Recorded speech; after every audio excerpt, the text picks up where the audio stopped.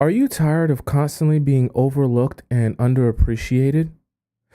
Isn't it frustrating to date men who treat you and the relationship like just another option? Don't tell anyone I told you, but there's actually a secret method to preventing this from ever happening again. Which is why on today's show, we're going to be discussing how to be a priority and not an option. That way, for once, you can be the dream woman who he chases and pursues, and not the one who he tries to trade in for someone new. Welcome to the Players Club. If you're paying attention to me and everyone else in the live stream, please say here present so I know you're here present and actively participating. Welcome all of you beautiful souls. How are you doing today? Okay, good to see ya. Good to see ya. I see we got Ivy, our beautiful chat YouTube member in the live stream here. We got Julie, one of our members in the live stream here. Who we got here? We got Melita, Enlighten A, our OG over in the YouTube chat. Who else we got? Who was number one today? Who was first today? Oh, it was Tracy Now. Shout out to Tracy Now's in the YouTube. She was first today. We got to shout her out. And Ashley was number two. Ashley, she always be on time. Okay, so welcome all you beautiful people in the YouTube chat. Who we got over in the TikTok chat? I see we got Tiffany, we got Naomi, we got Ebony. SH is here, of course, holding down our TikTok chat, and we got Sharice, our other moderator, holding down the TikTok chat. Welcome, Sharice. We got Lily, and of course, guys, don't think I'll ever forget. We got the most amazing, most intelligent, most beautiful, most awesome Missy America holding down our YouTube chat as our one and only moderator, handling everything. Okay, I love you all of you beautiful souls. Okay, let's get started. And you know, we going places with this, okay? We always going somewhere, but we're definitely going somewhere today, okay? So, number one, we gonna get started with the mindset change that needs to happen in order for you to get treated like a priority, okay? And I'm so painfully serious about everything that I say here. I know that when you're thinking about getting treated like a priority, you're constantly thinking about the things that you can do more, but a lot of this is going to be focused inward because that's the start to being treated like a priority, okay? I'm actually trying to help you, okay? So number one is going to be the mindset change. Why mindset change? Because your approach is going to drastically change in your relationships and in your situationships, whatever your talk stages, whatever you want to call it, based on what your mindset is. Okay. So what do I mean by that? If you are of the mind frame that me going into each and every one of my relationships, I'm here to see if you like me. I need to do as much as I possibly can do so that you like me and you're interested in me and you choose me and you pick me. Okay. We know pick me is not a good thing. Right. And when you go into your relationships like that, and a lot of you are going into your relationships like that on a subconsciously without even realizing it, feeling like I'm here so that you will pick me and like me. So what you're not thinking about is your own needs. You're not thinking about your what you prioritize. You're not thinking about what's important to you. In fact, your entire life has literally in a moment, in the snap of a finger, in the blink of an eye, in a millisecond, your entire life has transformed to being about what that man wants and whether or not he approves of you. So where do you think you're going to place all of your value? On his approval and validation of you. That is a very, very, very, very, very horrible place for you to be in mentally, because your self-esteem will be in the dumps if you're not receiving validation, and he can also take you over the moon just by giving you some simple validation. Do you know what that translates to? That translates to control, because he has control over your emotions. He has control over your own self-image. Okay? If he controls your own self-image and how you view yourself, he can then use that against you to get whatever or extract whatever it is that he wants from you. So the mindset change is so important because it's going to drastically change your approach from being someone who is actively always seeking the validation from him, seeking the approval of him. And you need to transform that and change that into approaching your relationships from the complete opposite standpoint, that I'm here to see if you can earn my approval. Okay? I need to be real with you. Because you will never get treated like a priority when you're approaching your relationships as if, hey, I'm here to see if you like me, and I'm here to scrub the floor squeaky clean. You know, I always talk about this, guys. When you start putting your maid outfit on and you get down on your hands and knees, literally, and you start trying to scrub the floor squeaky clean while you look up at him and you say, aren't you so proud of me that I'm scrubbing the floor squeaky clean? Am I not the best maid you've ever had? I can scrub the floor squeaky clean while I can wash the dishes, while I can cook the food, while I can give you a handy, while I can give you a footy. And you feel like you're impressing him when you're able to do that. And you're hoping that the more that you can do and the more you can use your hands, feet, mouth, ears, nose, and everything, that you will impress him more. But in reality, all you're doing is making it easier for him to overlook you. Because you're boring, uninteresting, mundane, and repulsive when you're in a state where you're begging and desperate for approval or validation from him. Okay, so your mindset change, right? That approach, when you're desperate and begging for approval and validation, guys are always going to overlook you. Guys are never going to treat you like a priority because you're just one of the many. You have to understand, okay, I know this is not going to make sense. I know, like some of you say, okay, this sounds toxic. Oh, this doesn't sound like healthy advice for you to give, whatever. Here's the thing. People are not going to treat you like a priority if they already feel like you're worshiping them and are in desperate need of them. And they are the be all and end all of your life. Okay? When they feel like they already have you wrapped around their finger and they already have you scraping on the floor for scraps, just hoping to be liked and appreciated by you, people are not going to treat you like a priority. Okay? Especially not the men.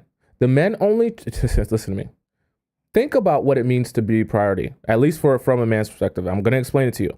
But what it means to be a priority from a man's perspective, meaning that you are the most important woman in my life. I only care about what you want. I only care about what you need.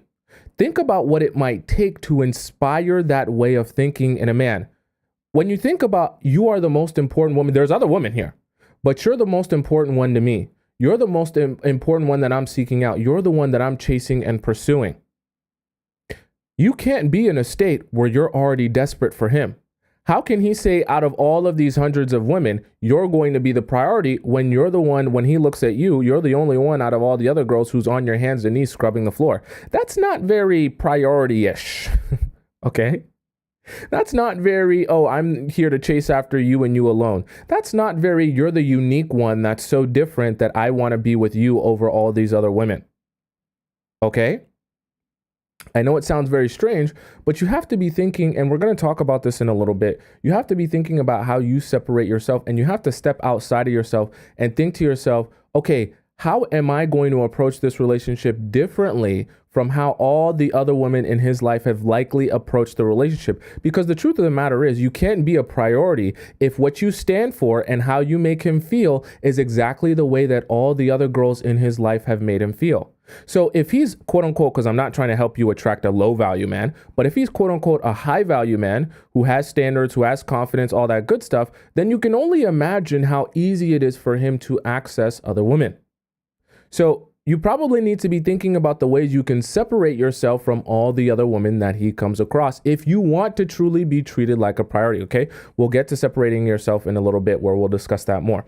But most importantly, in this point, is the mindset change that you must have in order to start being treated like a priority. You need to come into your relationship saying, I'm here to evaluate if you're the person that I'm looking for. So you do backflips and front flips and side flips for me. Because I'm here to determine if you are the right person for me. I don't care if you like me. Actually, I know that you like me because you're the one pursuing me. See, this is why everything kind of works together that we talk about. And you can't just listen to one show and not listen to the rest, because all of the strategies kind of snowball together in this big jambalaya soup and they work together for your good. What I mean by that is if you allow men to pursue you and you're not the one doing the chasing, you're not the one doing the reaching out, you're not the one doing the pursuing, and you allow yourself to sit back, relax, and allow him to pursue you, what then ends up happening is you're in the natural state where he is the one trying to impress you. He is the one trying to put his best foot forward. He is the one trying to gain your approval. Okay. And it already starts off that way before things even go into the wrong direction. Okay. I want to shout out, you guys are so generous in the YouTube chat. I got to shout out Anitra, who gifted one sub. Sorry, she gifted one sub, then she gifted another sub or membership in the YouTube chat. So I really, really appreciate that. And then Organic Black just gifted 5 memberships. Wow, I really, really appreciate that. Organic Black, let's give her a round of applause for you guys who don't know what memberships are. It's like subscription. Okay, so thank you so much for doing that. And shout out to Sammy, who donates. I don't know what you donated, but it's a big gift in the YouTube chat. Thank you. You're always donating. Okay, love you guys. So appreciative of that. Okay, so mindset change, so important. And specifically, let me give you an example of what I mean when I say mindset change. So when I say a mindset change, when a guy, let's say you're going on dates with a guy, I want you to be, every time you're on these dates, don't be thinking about, oh, did I say the right thing that you like that thing that I said? Am I holding my fork the right way, that if you think that I eat too fast on my date, that you're going to be thinking that I'm kind of gross, or I'm kind of like a pig, or I'm not like really womanly like. No. When you go out on these dates, I want you to be thinking, I already know the value I carry. I already know what I bring to the table. Let's sit down, and we're here to interview you. Sir, please, I hope you brought your suit, because I got my notebook and I got my pencil and my iPad, and I'm here to jot notes down, because you're here for an interview, because I'm determining if you're the person for the job to be with me. If I'm going to be investing my time and energy into you. And if you're not that man, well, then you're going to get thrown by the wayside, because there's 1,000 other men lined up here for the same job interview. That's the mindset I want you to be bringing into your dates. Now, obviously, I don't necessarily want you to say that to him, but that mindset change is going to change your approach, and it's going to change the way you go about each and every date. You're going to be focused on each and every date, not just about feeling good and being in la la land and having him compliment you 1,000 times. You're going to be on those dates saying to yourself, are you the man that I'm looking for? Are these signs, or are we moving in the direction that I actually want to be moving in, based on what type of relationship I actually want? If we're not moving in that direction, then I damn sure am not going to be spending my time and energy on you. If we are moving that direction, then congratulations, you've earned a little bit more of my time and energy, until you show me that you're not the person that I'm looking for. Okay, I know it sounds very selfish. That's because it is. That's because that's what you need to do in order for people to treat you like a priority. I'm sorry to tell you, when you're only thinking about how you can give the most to people and do the most for people, they 99.9% of the time will not treat you like a priority. I don't know how else to break that down to you in a way that sounds nicer. That's just the honest truth. So you need to be thinking about yourself and your needs first before you start thinking about anyone else's, because that is the start to the approach that is required for you to get treated like a priority and not an option. Okay, so does that make sense to you guys? Right? Missy America says, I think most men know that women are being chased by other men. Yes, they know that inherently, in terms of like subconsciously, they understand that concept, but you also have to understand, in the process of them meeting you and understanding you and learning you, they will get a sense of, yeah, you might be an attractive woman, but you're a desperate woman on the inside. And you're a needy woman on the inside, or you're seeking validation on the inside. So regardless of whether you have the biggest dump truck, regardless of whether you have the most voluptuous hitties, he's going to say to himself, I'm not going to chase after the most desperate woman, because what type of prize is that? I get the woman who's begging for attention. I get the woman who is desperate for validation. That doesn't feel very attractive. That doesn't feel like some sort of prize. You get what I mean? Right? And a lot of times those subconscious emotions and feelings that they get when they meet you and in the process of learning and understanding you will override what they're seeing.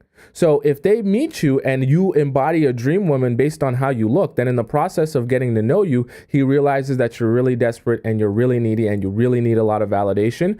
All of the dream woman that you used to represent is going to be overlooked, and he might use you, but he's not going to prioritize you, because he's going to say to himself, why am I chasing after someone who's not a prize? I'm chasing after someone who's literally begging for my attention and begging for my love and appreciation. Ew. Gross. Okay? Gross.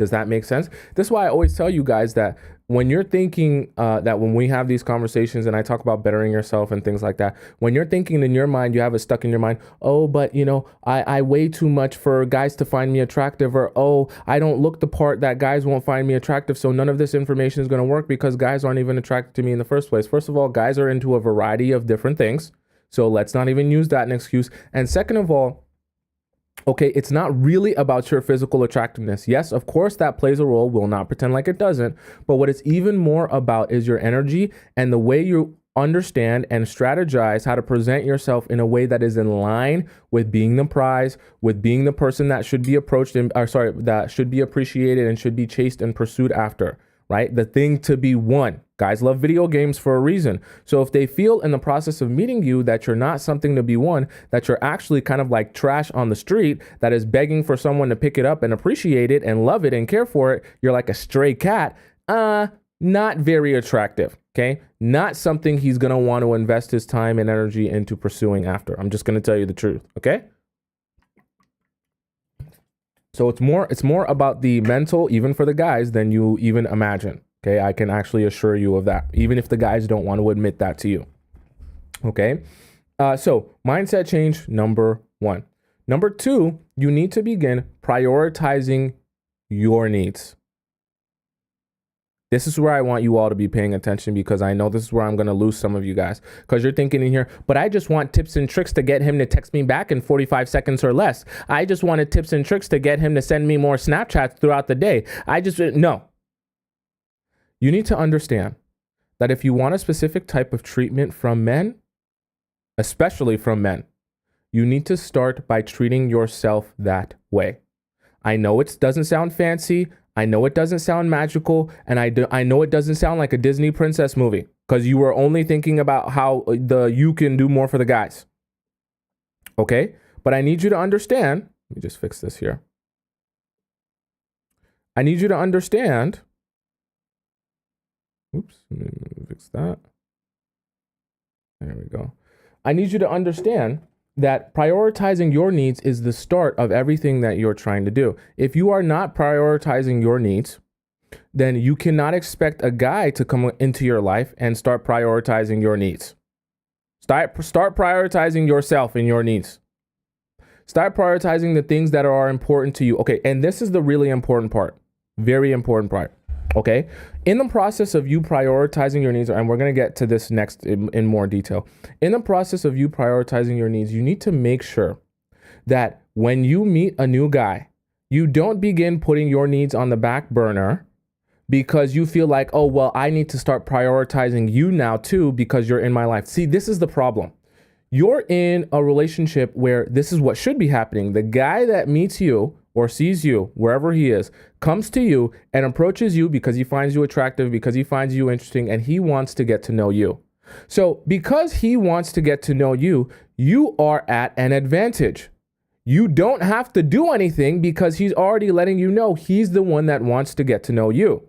So because he is the one that wants to pursue you and get to know you and gain more access to you, you don't need to start doing more things for him. I know this sounds really doesn't make sense, doesn't seem like it makes a lot of sense, but a lot of you are making that mistake because the moment you meet a guy and you like a guy, even if he's the one pursuing you, you start to feel like, oh, well, I need to start prioritizing your needs over mine because I got to show you how much I care about. No.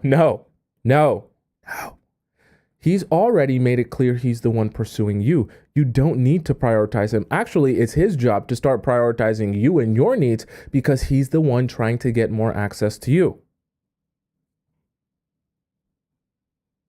Right? PJ says toxic men have turned the tables on females. Yes, I 100% agree. And we've discussed that in past live streams about how guys will use different strategies to turn the tables back on you. Where even if he wanted you, even if he was initially pursuing you, they use different strategies and then they flip the script on you and now you're pursuing him. And this is why we're here today, because I want you to understand if you're going to get treated like a priority, you cannot begin pursuing him and you cannot begin prioritizing his needs over yours. Now, listen very carefully. I'm not telling you that you shouldn't care about anyone and you shouldn't do anything nice for anyone. That's not what I'm saying. What I am saying, though, is you shouldn't be giving girlfriend treatment to a man that you just met. You shouldn't be trying to be a wife and a maid for a man who only wants to smash you and only has taken you on one dinner date or has just met you on Tinder. Okay. There's a difference there and there's a line there.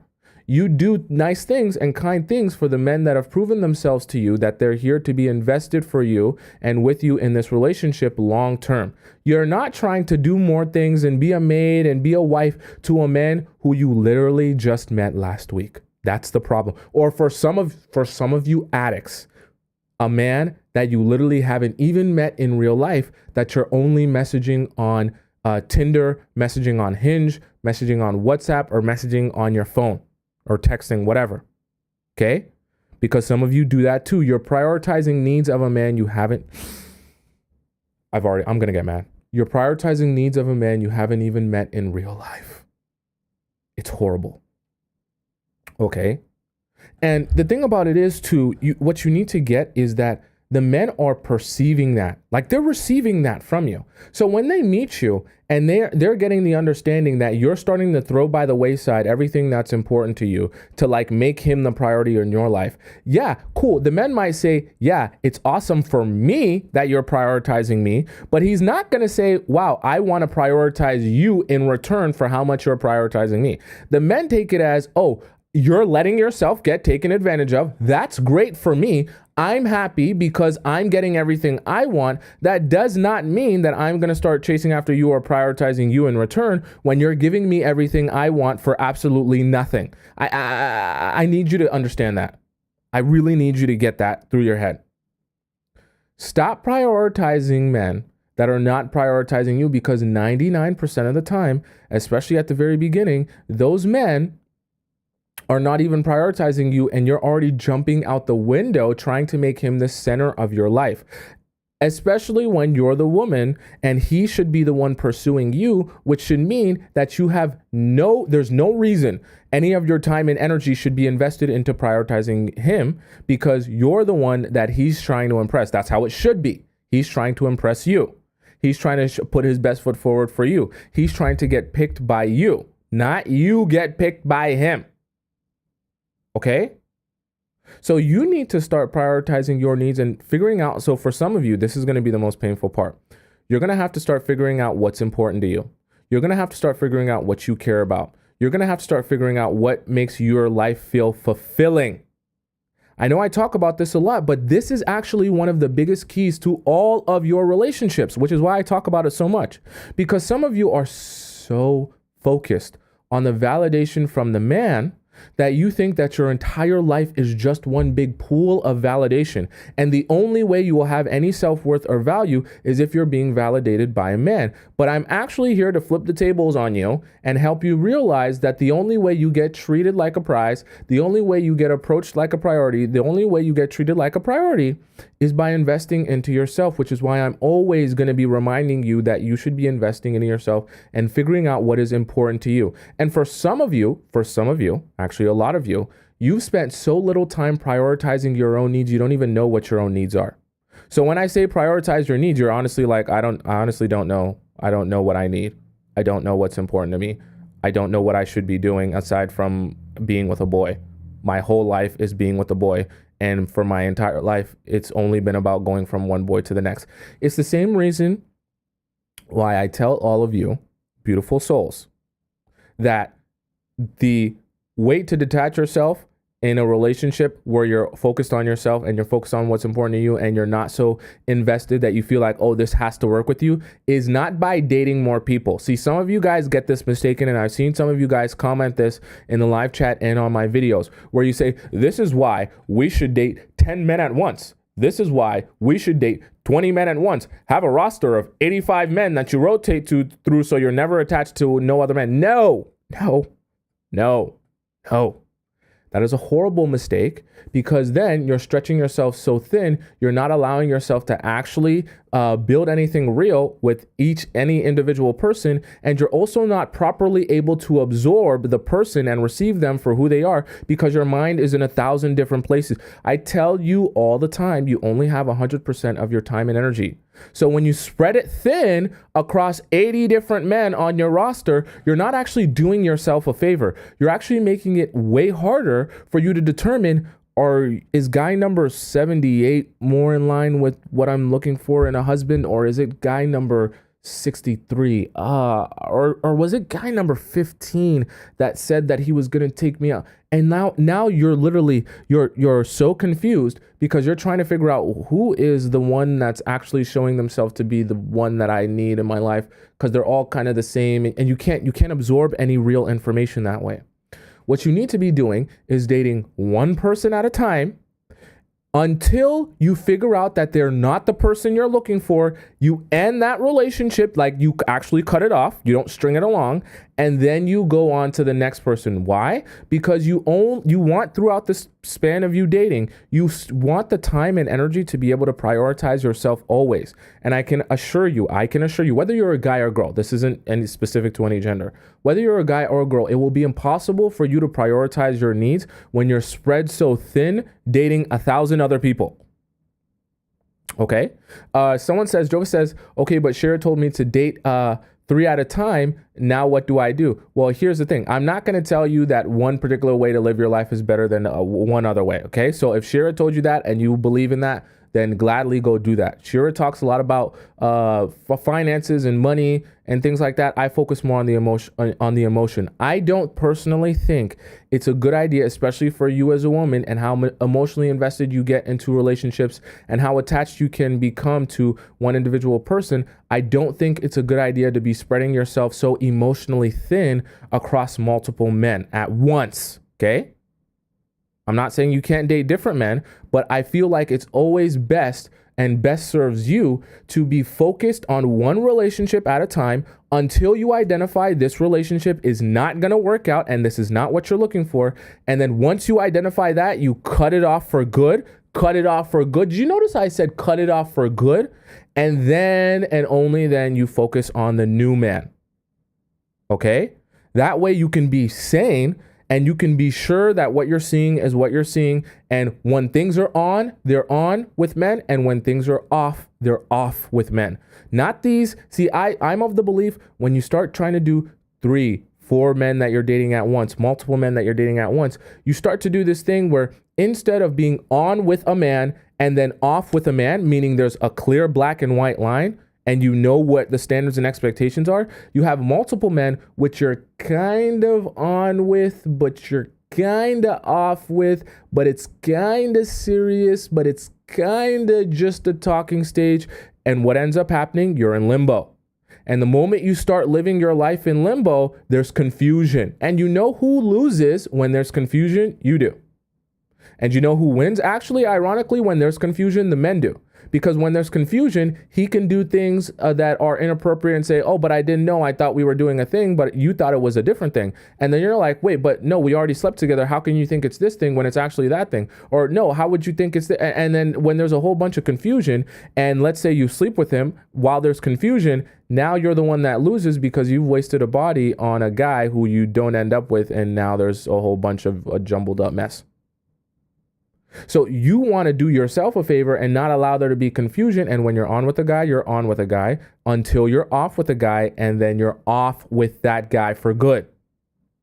Not stringing him along because you want a whole bunch of different options. That's just me personally. I don't think that it serves you to do that. But if you think that that's a great way to live your life and a great way to help yourself detach from individuals and be take a step back from things, sure, go ahead and do that. It's not my place to say what the difference between right and wrong is. Okay. But you need to be either way, whatever you choose to do, you need to have enough energy to prioritize your needs. Because the moment you stop prioritizing your needs, your life is going to become about the man. And the moment your life becomes about the man, well, he's the one that is able to feed you in terms of like feeding your own self-worth and self-image. And so everything that you feel, the only way that you'll ever be happy, the only way that you'll ever feel satisfied or fulfilled is if that man gives that to you. Because you have spent no time or energy prioritizing yourself, making yourself happy, doing the things that are important to you. And so the man is in control of everything you feel about yourself. You've basically given him access to your own emotions by being able to take you over the moon and take you down in the dumps simply by one word or action. That's a very dangerous place to be in because, like I said, that's complete control. He has complete control over you and your emotions and your feelings, and he can use that control to extract from you whatever he wants to extract from you, however he wants to do the extracting. Not a good place for you to be in if you're in that state of mind. So specifically, if you're not sure of what you need to be prioritizing, you need to take a step back from relationships. I'm sorry to tell you this. If you're not sure what your needs are, if you're not sure of what your priorities are in life outside of being in a relationship, you first need to take a step back from the relationships, take a breather, and then you need to do some exploring in your life to figure out what your needs are, to figure out what's important to you outside of a relationship, and to figure out how you fit into this world as an individual. Once you get those answers, then you know the things that you need to continue prioritizing even while in a relationship. Then when you start dating again, those are the things that you keep your focus on even while you continue dating someone, because those are the things that keep you sane and keep your mind grounded where you're not over the moon or down in the dumps based on whether a guy likes you or not. And the thing about it is, this is why everything works together. When a guy can't shake you or move you simply by whether he gives you validation or takes it away, what then ends up happening is rather than you adjusting yourself constantly to fit more of what the men want, you start figuring out, are you going to adjust for me? Because I'm already whole. I already know what I want. I already know what I'm looking for. I don't need your validation to make myself feel good. So they don't have that control over you, and you don't feel the need to continuously adjust yourself, hoping that, oh, but I want to be picked by you. I don't want you to reject me. I'm so scared that you'll reject me and not like me that I'm going to figure out how I can do backflips and front flips in order to be the woman that you want me to be. It actually, prioritizing your needs actually helps you not to be a pick-me-sha, which is why I'm so adamant on it, that you prioritize your needs, because we don't want you to be a pick-me-sha, but that starts with the mindset change, and that starts with prioritizing your needs and what's important to you. Okay, so number one was are you guys following me so far? Okay, validation is for parking. Electric Fuel says, I love it. Right, Dinah says we are already happy. 100%. You got to pick yourself, and I'm telling you this as a man. I shouldn't have to, but I'm telling you this as a man, because I know when some of you think about, okay, what do the guys want? I'm here to honestly tell you that the guys want a woman who is investing into herself. Those are the dream women, and those are the women who get chased after, as crazy as that sounds. I know it sounds like the complete opposite, because you're thinking, but don't they want the woman who will do the most for them? No, actually, they don't. They want the women who are barely paying attention to them and are paying attention to themselves and investing in themselves because they want to be on that train. Someone said valedictorian. Okay, so number one was mindset change. Number two, prioritizing your needs. Now, number three. Okay, this is the part where all of you need to be paying attention, because this is the part where I get mad. Okay, number three, in relation to prioritizing your needs, if you want to get treated like a priority and not an option, as horrible as this will sound, you need to sacrifice less.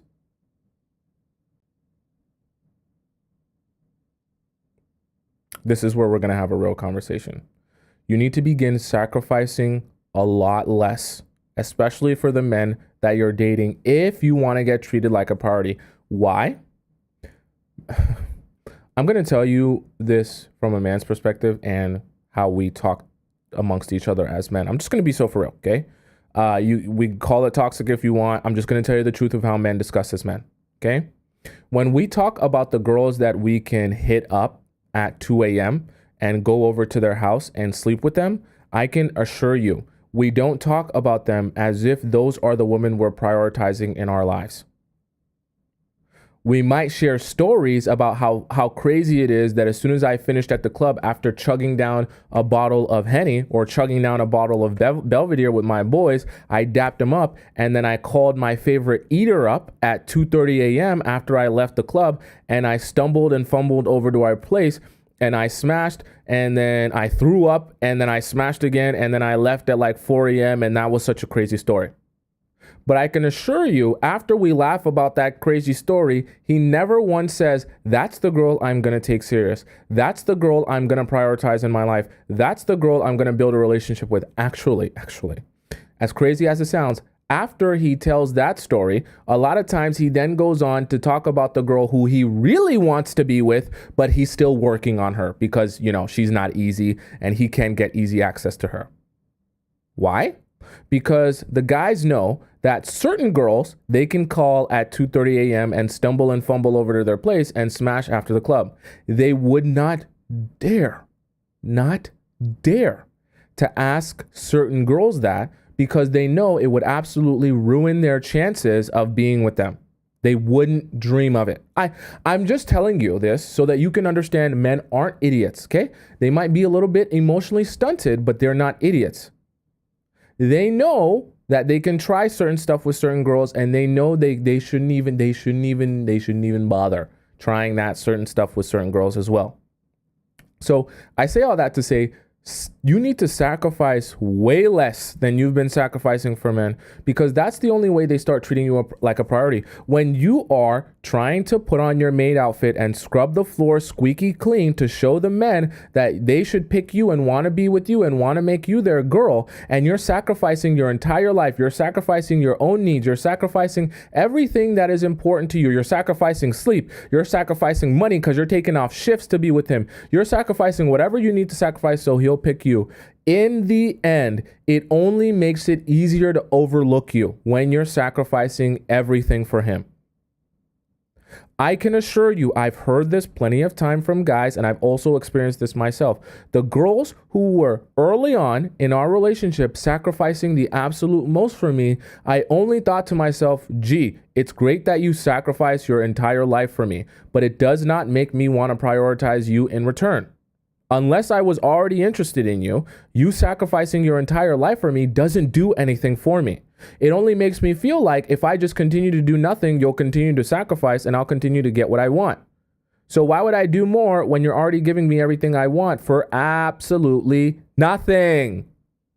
Nothing. You're giving your time and energy and brain power away for nothing. Nothing.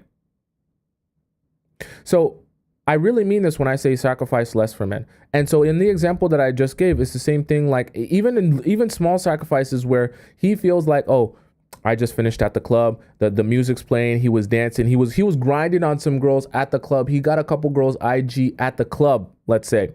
And then he calls you up at 2:30 after he finishes at the club. And then he's like, yo, I'm trying to come see you. And you ask, first of all, you actually pick up the phone at 2:30 when you should be asleep and you got a shift tomorrow morning.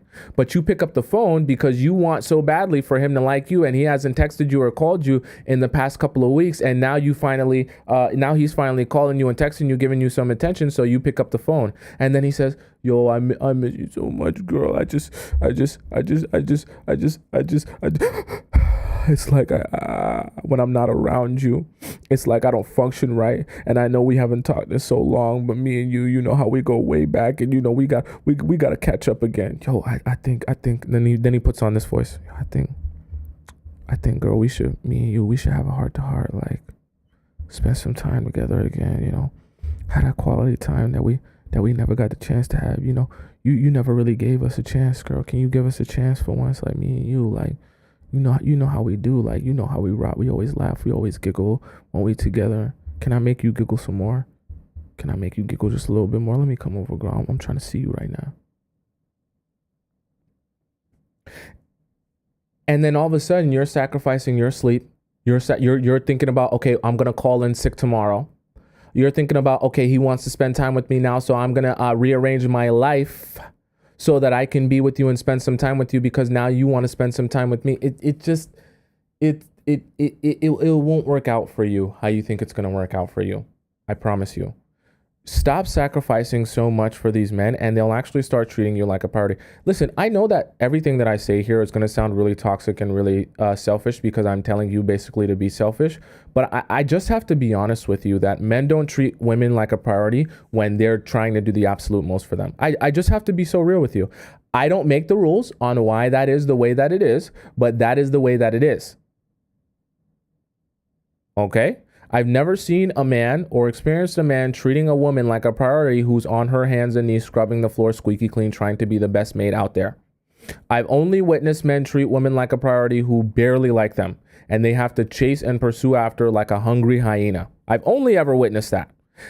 Probably has something to do with nature, probably has something to do with the way that men are hardwired, but I'm just here to share with you that information so that you can do with it what you will and figure out how you're going to adjust the way that you approach relationships to get the result that I know you want, because I know you want to be treated like priority or else you wouldn't be here listening to the show. Okay? But I have to help you understand that the way to be treated like a priority is honestly, as horrible as it will sound and how horrible as other people will tell you it is to be more selfish. And to do less for the men. Not because you're a super unkind person or not because, you don't care about anyone else but yourself, but simply because the only way for men to truly appreciate and prioritize you, I know it sounds horrible, is for you to not put so much time and energy into them. And then they get to exist in their natural masculine state where they feel the need to impress you and do more things for you. I just have to be real with you. Okay. Tia B says, society has taught us to do everything for men. It's so nice to hear that it's the opposite. Yeah. I don't know how, for other people that maybe consider relationship gurus, I don't consider myself a relationship guru. I just think I'm a regular human being. Okay. I'm just sharing with you some experience and knowledge that I've had in my short life. So, in my understanding of how things go, I honestly would say that for you, the woman, this advice would be different for men, but for you, the woman, I don't think that you need to super prioritize and sacrifice a whole bunch of stuff for men, especially when the natural dynamic of things, if we're thinking about men being the masculine energy and you being the feminine energy, the natural dynamic of things is that for men to seek you out, pursue you and be the ones trying to impress you. So why would you be needing to prioritize men so much and scrubbing the floor squeaky clean when the men are already the ones pursuing you if they like you and are attracted to you? You get what I'm saying? Like, why are you now flipping the script for yourself where you're chasing after and pursuing him, trying to be picked by him when the natural occurrence of things is for him to be doing the impressing, him to be doing the pursuing on you? Right? Right?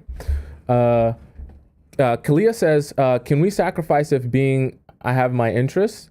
I think you meant to say being like rich is your interest. Actually, we're going to talk about that. So I'm actually so glad that someone brought up money. Okay, let's hop into this next one. So we talked about the mindset change. We talked about prioritizing yourself and why it's important to sacrifice less. Okay. This is so great. I want all of you to pay attention. Those of you that listen to Shira and you like that advice on how to get rich men and how to get the super high value men, the men that make millions of dollars and drive Porsches, please listen up. Okay? All of you listen up. This is very important.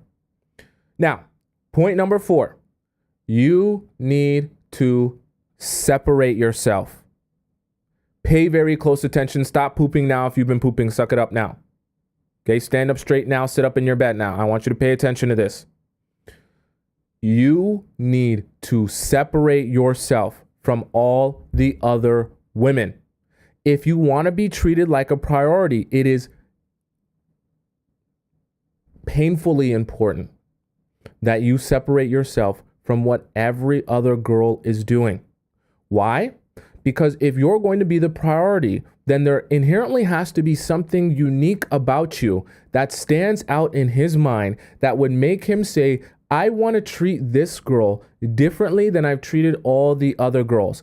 I want to approach this relationship with her differently than I've approached all my relationships in the past. In order for him to want to make a change when it comes to you and treat you like a priority that he's not treated any other girl like, he has to find something unique and different about you that is unlike all the other women in his life. Okay? So I'm going to explain that in more detail. So when I say separate yourself, I want you to be able to, and you'll gain this skill as we join the Players Club more. You'll be able to step outside of yourself and think about life and relationships from the man's perspective to figure out how he's perceiving things. Here's a really good thing. Here's a really good concept for you to understand. If you're dating a super high value man, let's say a man that's making millions of dollars a year, okay? He drives Lambos, he drives Porsches, he drives McLaren, he's got a huge mansion. And he's, for whatever reason, he's young, he's attractive, and he's single. I've actually had people in this situation that have asked me for advice. And he's attractive, he's single. He can literally go anywhere in the world, pick up a woman, pay for her entire life, and make her his wife. So he's accustomed to meeting beautiful women. That's not something he's gonna find rare. He's accustomed to meeting women with huge, amazing dump trucks. He's accustomed to meeting women with tight bodies and voluptuous yitties. He's accustomed to meeting supermodel women that look the most beautiful and the most amazing. He's accustomed to meeting nice women. He's accustomed to meeting friendly women. He's even especially accustomed to meeting women who will gladly be in a relationship with him. This is what you need to be understanding, okay? This is what you need to be understanding. If you're trying to separate yourself from all the other women that a sought after guy is dealing with, you have to be thinking from the perspective that if I can identify he's rich, if I can identify he's attractive, if I can identify that he's really, really desirable, right? And I would gladly be his wife because he literally would make my life so easy and give me princess treatment. You have to understand, if you can identify that, think to yourself, if this is a single man, that must mean he has come across many other women. Now, let's do some critical thinking. Do you think that if you can quickly identify those qualities in him and why he would be a desirable husband, do you not think that all the other women that have come across him in his entire life have also been able to identify the qualities in him that would make him a really desirable husband? The answer is yes, of course, they have also been able to identify that. So if your natural thought process, as soon as you meet a man that you find really desirable, is, let me scrub the floor and do everything I possibly can to make you like me, what do you also think that those other women who he came across in the past have immediately thought after they thought to themselves, he's a really desirable husband? They have also thought to themselves, oh my God, this is the high value, amazing man that I want in my life and want to make my husband. Let me figure out how to scrub the floor and put my maid outfit on to make him see me and pick me over all the other girls. And so, funny enough, he actually has, picture this, he's got thousands of women with their maid outfit on, scrubbing the floor squeaky clean, all looking up at him saying, hey daddy, are you happy with how squeaky clean I scrubbed the floor? Hey daddy, do you see me? Look how clean my tile is. And she's like, no, look how clean my tile is. No, look how clean I squeaked the floor. No, look how clean and they're all repeating the same thing, dressed in the same maid outfit with the same sponge, with the same dingy, dirty sponge, scrubbing the floor viciously, looking up at him, yelling and screaming, trying to get his attention. Literally thousands of women. They're all doing the exact same thing. The exact same thing. Because they all want to be the one chosen by this high value man, this super desirable man that gets whisked off to a land far, far away on the white horse and gets chosen to be the princess. Okay. So they're literally all doing the same thing. Think about to yourself. I want you to actually envision that. Now think to yourself, how can he possibly choose one of those women? They're all beautiful. They're all nice. They're all friendly. They all have huge voluptuous yitties. They all have huge dump trucks. They all look amazing. They're all friendly. They all do the same thing. And they're literally here scrubbing the floor the same way. They're literally here wearing the same maid outfit. Everything is the same. It becomes literally impossible for him to pick any one of those girls out and say, you're going to be the priority. And the reason I want you to visualize that is because I want you to visualize in the sea of women that are on the floor, on their hands and knees, literally in the exact same maid outfit, scrubbing that floor squeaky clean, repeating the exact same thing. Hey, daddy, can you see how squeaky clean I'm squeaking the floor? Can you see? Are you looking at me? Look at my square. Look at my square. I want you to picture in that sea of women, there is one woman standing up, looking over in the distance, with her hair blowing in the wind, not even turned in his direction, admiring the sunset. With a little twinkle in her eye, and he can barely catch just the ever so slight glimpse of her. And she's not even paying any attention or mind to anything that's going on here with this sea of thousands of women on their hands and knees scrubbing the floor. I want you to actually visualize that. Then I want you to think to yourself, which woman do you think he's actually going to approach? One of the thousands of women who are on their hands and knees scrubbing that floor squeaky clean, begging for him to notice? Or do you think he's going to approach the woman in the far distance who isn't even looking in his direction, got her hair blowing in the wind, watching the sunset, paying him no mind?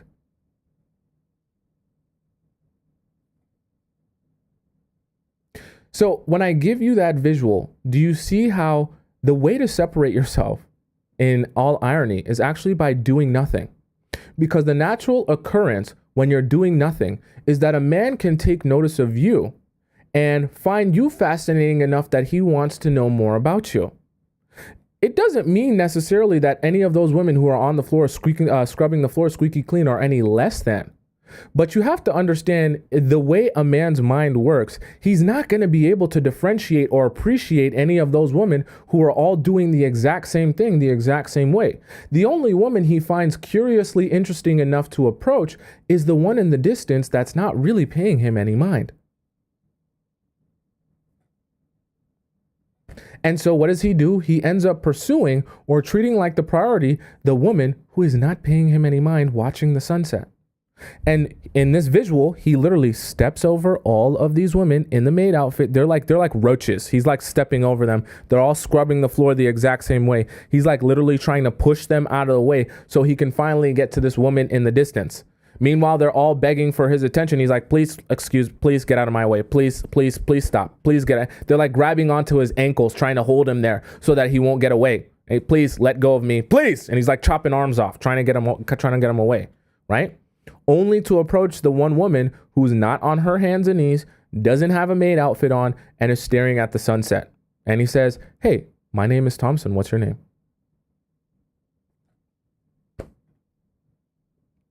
I give you that visual so that you can understand why it's so important to separate yourself in a man's mind, and how you do that by literally doing nothing.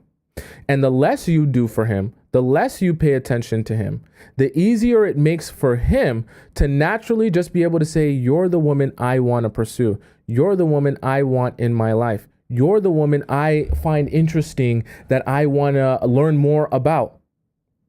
Okay. And that's truly how you separate yourself from all the other women. Because like I told you guys, I'm not here to really teach you how to attract a super shy, unconfident, insecure man. I'm here to teach you how to attract high value men who can actually offer you something. So let's assume the high value men that actually can offer you something are also high value to all the other women in the world as well. So you have to understand, yes, there is inherently kind of a competition for those men, because all the other girls also want to be picked by those men. So if you identify a guy that you really like that is considered a high value man, the way you attract him is actually not by scrubbing the floor squeaky clean for him. It's actually by positioning yourself in a way where he can notice you, but you're not here to impress him. Okay? So you separate yourself by just allowing him to notice you and allowing him to do the rest of the work. You don't have to do anything. You don't have to be anyone. You don't have to talk a particular way. You just be you. And the simple fact that he finds you fascinating or interesting, he will then approach you because he wants to know more about you. And so in the meantime, all you have to do is invest continuously into yourself until that man finally approaches you. And I promise you, if you're doing the investing in yourself the right way, the men will approach you, and they'll approach you in droves. You'll be shocked. When you begin investing in yourself, you'll be shocked how many men approach you unsolicited. You'll actually start being like, can you please stop approaching me? I'm actually here to just have a good time and enjoy myself. Right? Vita says, when you try to control or manipulate, it won't work. I agree. See, that's the funny thing about joining the Players Club, is that I think when a lot of people, when they don't join the show and they don't actually listen to, because I know some people, they're like, oh, but I just, can you just give me the information in 60 seconds? This is too long for me to sit down and listen all the way through. See, the problem is when you're only trying to get the single piece of information, you'll think to yourself, oh, but why are you trying to do so much? This is so much games to try to attract a man. Why don't you just be yourself? But in reality, I'm actually telling you to be yourself. I'm actually telling you to lean into being more of yourself. And I'm teaching you how the strategy of doing nothing helps the guys actually want to pursue you. But in the process of that, I'm just helping you understand the different strategies you can utilize and how the men are thinking so that you can understand how to properly position yourself that the men can want to approach you and see you. So yeah, I guess you could call it manipulation, but the only thing you're really manipulating is his perception of you. You're not actually changing yourself or who you are, but you're understanding how perception plays a role in your perceived value. So you present yourself the right way. And then the men that approach you are the men that approach you. Okay. That's kind of the gist of everything that we learn here in the Players Club. Those that are not part of the Players Club or they only watch a 60-second video, they're not going to understand. So don't worry about those people when you see them say, this makes no sense. This is toxic information. You have no idea what you're talking. The rest of you that know what we're actually discussing in the Players Club, you know what the Players Club is about, which is exactly why you're the one that are going to end up winning in the end of the day. Okay. And those girls that don't bother listening to any of the strategies that we give here or any of the concepts that we talk about, they'll be asking you for your secret on how do you get these men wrapped around your finger. It's crazy. Okay. So number 1 was mindset. Number 2 was to prioritize your needs. Number 3 was to sacrifice less, a lot less. And number 4 was to separate yourself. And number 5, okay. Number 5 is I actually want you to find what's missing. So here's the thing. With every man that you meet, in the process of you learning and growing and understanding him, you're going to get a sense of his trigger points, his traumas, and you're going to also get a sense of not just what is he looking for in a wife, but you'll get a sense of what is missing inside him, what void is existing inside him. And I'm not saying that you should change yourself, but you have to start thinking to yourself, how can I fit that void in a way that is unique to just me, that will make him addicted to me because he can't fill that void without me? This is like really advanced, complicated stuff, okay? But I want you to stay with me because you'll actually learn something that's really valuable.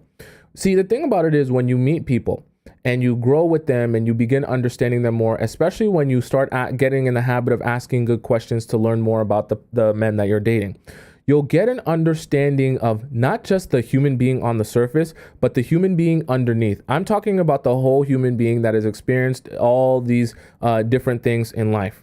And when you get to understand the whole human being, you'll begin to better understand what is it that is actually truly most important to you in a relationship.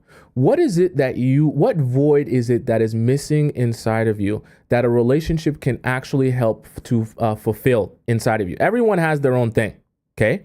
In the process of learning a man, you will be able to better understand that. And the thing about it is when you begin to figure out how you fit in that, how you can help fulfill these voids that are existing inside him, then you become irreplaceable to that man.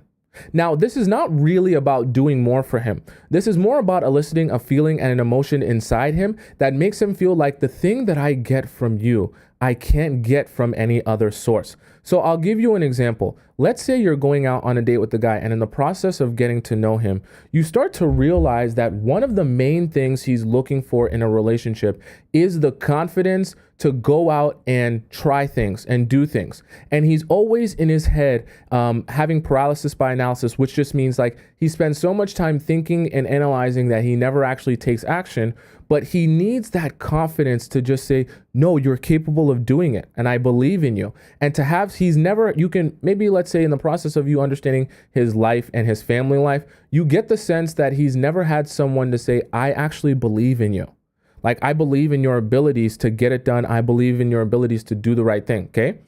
And you understand that, hey, if I'm able to instill confidence in him, right, in the process of us getting to know each other, and when he's with me in person, not over the phone, when he's with me in person, if I can do more things to help instill confidence in him, I'm filling a void that he's not able to just go out and get from anyone else. And it makes it that much more addicting to be with you Because how am I going to be without you when you fill a particular void that's existed my entire life that I haven't been able to fill in any other of my relationships? This is when you start thinking about human beings on a way deeper level, where you're analyzing things about them way deeper than anyone else is thinking about them, but you're also figuring out what makes them tick, what pushes their buttons, right? What motivates them, what inspires them. And the thing about it is, when you start getting good at that, especially for you as a woman, when you start getting good at identifying in the men that you're dating what inspires them, what motivates them, what drives them, what gets them up in the morning, when you start understanding, those are like getting the keys to the car.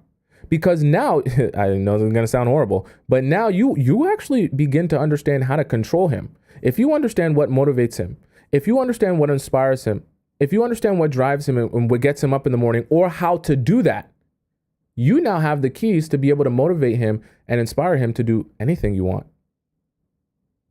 And you also subsequently fill a void within him that makes him feel whole and fulfilled, that he can't go out and just get from any other person. I know this stuff might go over some of your heads, and you might have to listen to this multiple times to really get a grasp of it. But I promise you, as you grow in relationships, and especially for those of you who may be on the younger side, as you get older and have more experience in your relationships, this will make more sense to you.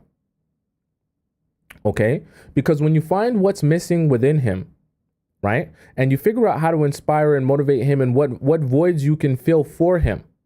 I'm not saying that you should do more for him, but what voids you can fulfill for him, how you fit in his life, what problems you solve for him, not by doing more for him, but just in the way that you serve in a relationship, what he's missing inherently, emotionally, mentally, right?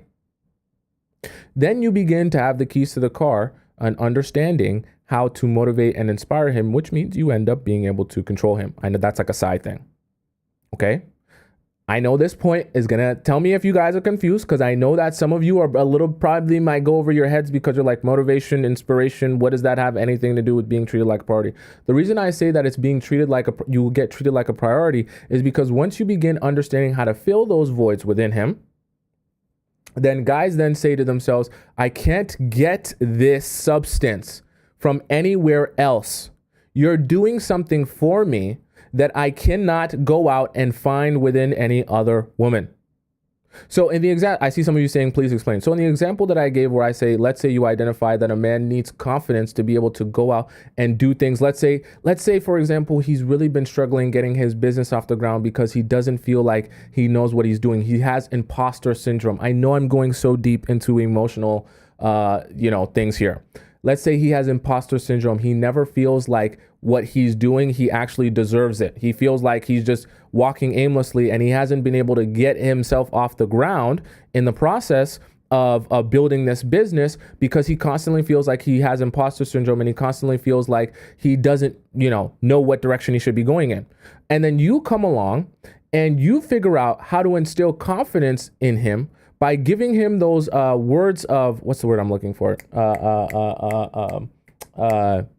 Not appreciation, words of encouragement, affirmation. That was the word I was looking for. You guys are so smart. An affirmation. You guys see, now I know you guys know what I'm talking about. You give him those words of affirmation, and you help to instill in him that confidence that he is then able to say, you know what? No, I am capable of doing this. You know what? You are right. You know what? And you start giving him examples, but look what you did here, and look how you did this, and look how you were able to figure this out and figure that out. And then he says to himself, no, like, you're actually right. Like, I actually figured this out, and I actually did the thing, and I actually did it better than most other people could ever do it. And then you start to give him confidence where he says, damn, like, thank you for that. I needed that. I needed someone to instill in me the confidence in myself to go out and do the thing. And then lo and behold, he goes out and he does the thing. But who do you think he associates doing the thing and accomplishing the thing with? He associates accomplishing the thing and doing the thing with you.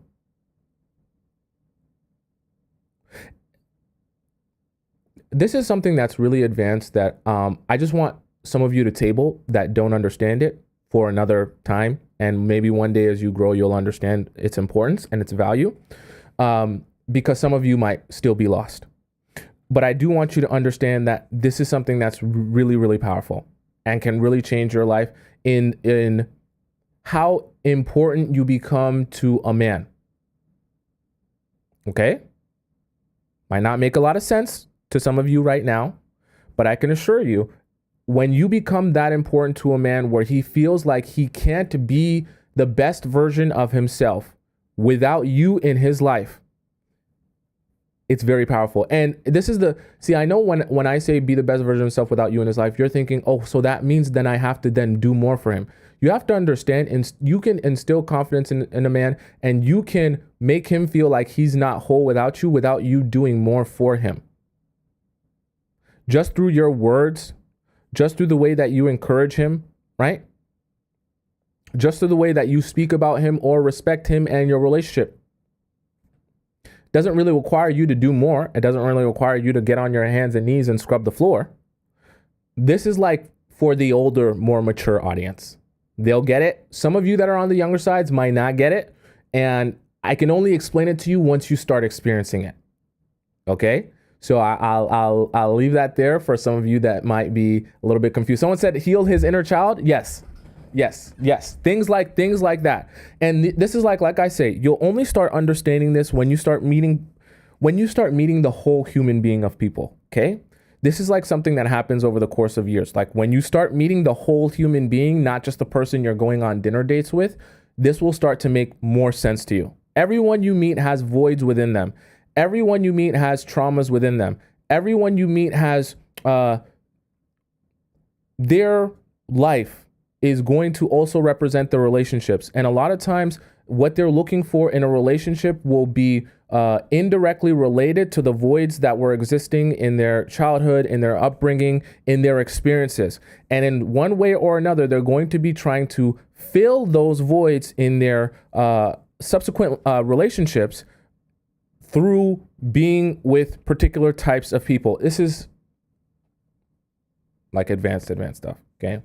I keep trying to explain it to you guys in a way that will make sense to you, but it's one of those things where you really have to start experiencing it to understand what it even means and how it even works. Because until you start experiencing it, it's going to make very little sense to you. Because before you start experiencing it, you're going to be thinking that relationships are only about, do you like me and do I like you? And do I find you attractive and do you find me attractive? When you grow and mature more, you'll realize that there's so much more to each individual human being than just do I like you, do you like me type of thing. And when we talk about how you become like this, it's a lot deeper than do I find you attractive, do I think you're cute, do I think you have the biggest dump truck type of thing. Okay. Chris says, in other words, be in your full feminine energy. Yes. And this is why I'm trying to explain this to you guys in a way that you don't think that I'm saying you got to do more for the man. It's a function of what you bring to the table as a woman, where you can do things for a man that he literally cannot give himself. Emotionally and mentally and spiritually. This is why I say for some of you, it's not going to make sense because it's not very three-dimensional. It's very here. It's very here. Okay. So I want you guys, if you have to replay that 1,000 times until it starts making sense to you, replay it 1,000 times. You guys know that it's available on my YouTube. So it's right above my head. You can type in my name on YouTube and you can replay it 1,000 times. Okay. Sammy says, how do you do this without crossing the line and babying him? Okay, actually, that's a great question. This is something that only happens over the course of time. Okay. This is not something that you start trying to think, okay, how can I do this all in one night? And every guy needs something different. Not every guy needs to be baby. That's not necessarily the thing for every guy. And this is why I also say you do this in a way that is true to yourself. So I'm not advising you to baby men, but I do want you to understand that every single man has something that has a void within them that can be fulfilled only by you, a woman. And you have to start understanding within yourself, what is it that you bring to the table uniquely that can fill that void? Well, you have to first identify that void, but then you figure out how you fill that void for him. And this is not by doing more for him. This is this is all in the mental, the spiritual, and the emotional. Okay, I'll just leave it there. It's not by scrubbing the floor. It's not by washing the dishes, and it's not by cooking him a good meal. Okay? Everyone is different. For some people, it's instilling confidence in him to be able to go out and make $1 million. It's instilling confidence to be the best version of himself. Even for some people, it's helping him figure out how to mend his relationships with his family members. I'm telling you, there's this can go so many different places. You just have to, as you grow and mature in your relationships, this will become more clear to you. Okay? Does that make sense? It could be, Shay said, it could be being a good listener. I'm telling you, see, some of you are getting it. It's making sense to some of you. You will start to get the sense as you're meeting the real person, the whole person, not just the dinner date person, the whole person, you'll start to get a sense of what that individual man really needs past just, oh, I like to smash. Oh, my pee-pee is erect and I want to put it inside you. Okay. There's much more to men than just that. And when you start figuring out what those men need past that, and you start figuring out how you can fulfill that, not by scrubbing the floor, but what you do as a woman fulfilling that, then you become so important in his life. He literally cannot get rid of you, because I can assure you 99.9% of not even just women, people overall are not thinking about how they serve or work for their partner in a way that does that. Okay. I'm telling you. And I'll also be very specific to you. This happens after he begins pursuing you. This doesn't happen as a way that you use to pursue the man. Okay. This happens when he's already identified that he wants you and he wants to build with you. This is like the cherry on top on how you continue to cement that you are the priority in his life. Right? Dana says to attract, we figure out what they are missing and how only we can better their lives. Actually, that's a perfect description. That's a great description. Okay. This is why I say this doesn't come right away. This is something that happens ongoing after he's already chosen to pursue you. And then as it's ongoing, you cement the fact that you are the number one priority and he does not want anyone else or anything else except for you. Why? Because you serve him in a way that no other woman can serve him. And this is why I say it's not about scrubbing the floor. It's not about giving him a handy or a footy. Okay. And it has nothing to do with the physical. It's not even about cooking him really nice meals. Okay. It's got to do with the emotional and all, this is a unique thing to all different men. Okay. I promise you, once you experience it, you'll start getting a hang of it and you'll understand. This is the same reason why I tell you guys, I don't think it's very plausible or realistic for you to be dating multiple men when there's so much to be learned about each individual human being, right?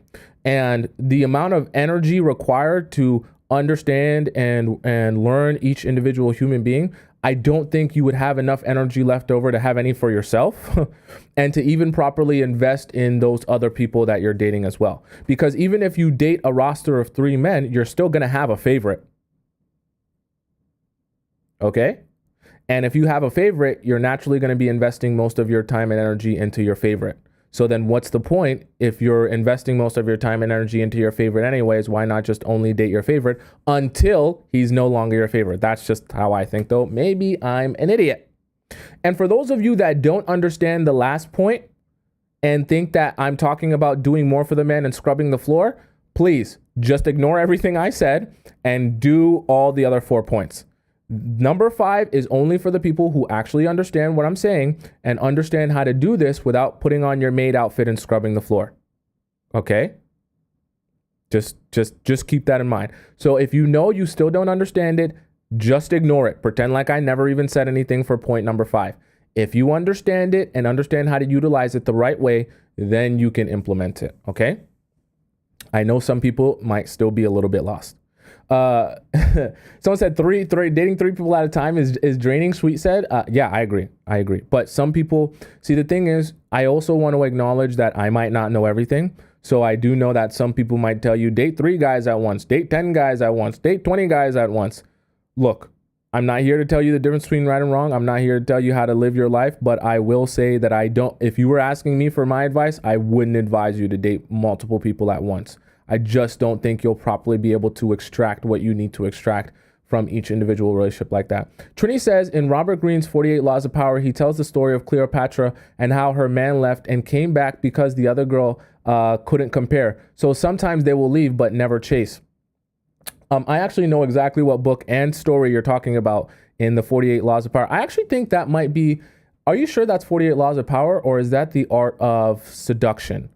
Because I do remember, it could be both, because I do remember him telling a story about Cleopatra in the Art of Seduction as well, and how Cleopatra basically ruled for multiple decades simply by utilizing the art of seduction and understanding how she can embody her feminine and get guys to move and shake things for her without even realizing that they're doing her bidding. That was the whole kind of gist of what he was talking about with Cleopatra in the book, The Art of Seduction. So it could have been both though. Okay. But those of you who have read books like The Art of Seduction, you then understand what I'm talking about. Okay. Does that make sense? Sammy says, have you done an episode on how to be the black cat? I've literally done exactly a show just on that. So 100%. If you want that, I've done a show on that. Someone said Cleopatra was a massive bop. Well, that's not the point, okay? The point is that some of the strategies that she used in order to rule is about how you can embody your feminine without having to lift a finger. You get guys to do your bidding, and how it's basically the whole idea of if the king runs the entire kingdom and he tells everyone what to do, but the queen has the king's ear, and the queen can convince the king to do or believe in things or to make particular decisions, well, then who's really in control of the kingdom? Because if the king is in control of everyone else and the queen knows how to control the king emotionally and get him to do what she wants him to do, well, then really who's in control of the kingdom? That's basically the whole idea there, and how you can use your feminine to control the kingdom. Anyways, so that's a bit deep there. But I hope that some of you guys are able to grasp at least some of the points that we talked about. Okay. So with that being said,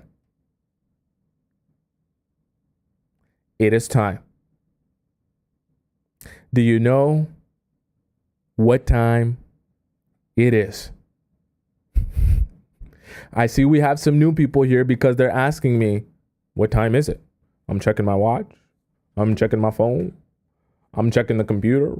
I'm checking the clock. I don't know. What time is it?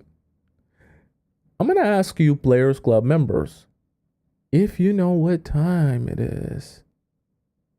Because if you're a true Players Club member, then you're very, very, very aware what time it is. And if you're confused, don't worry, I'll tell you. Because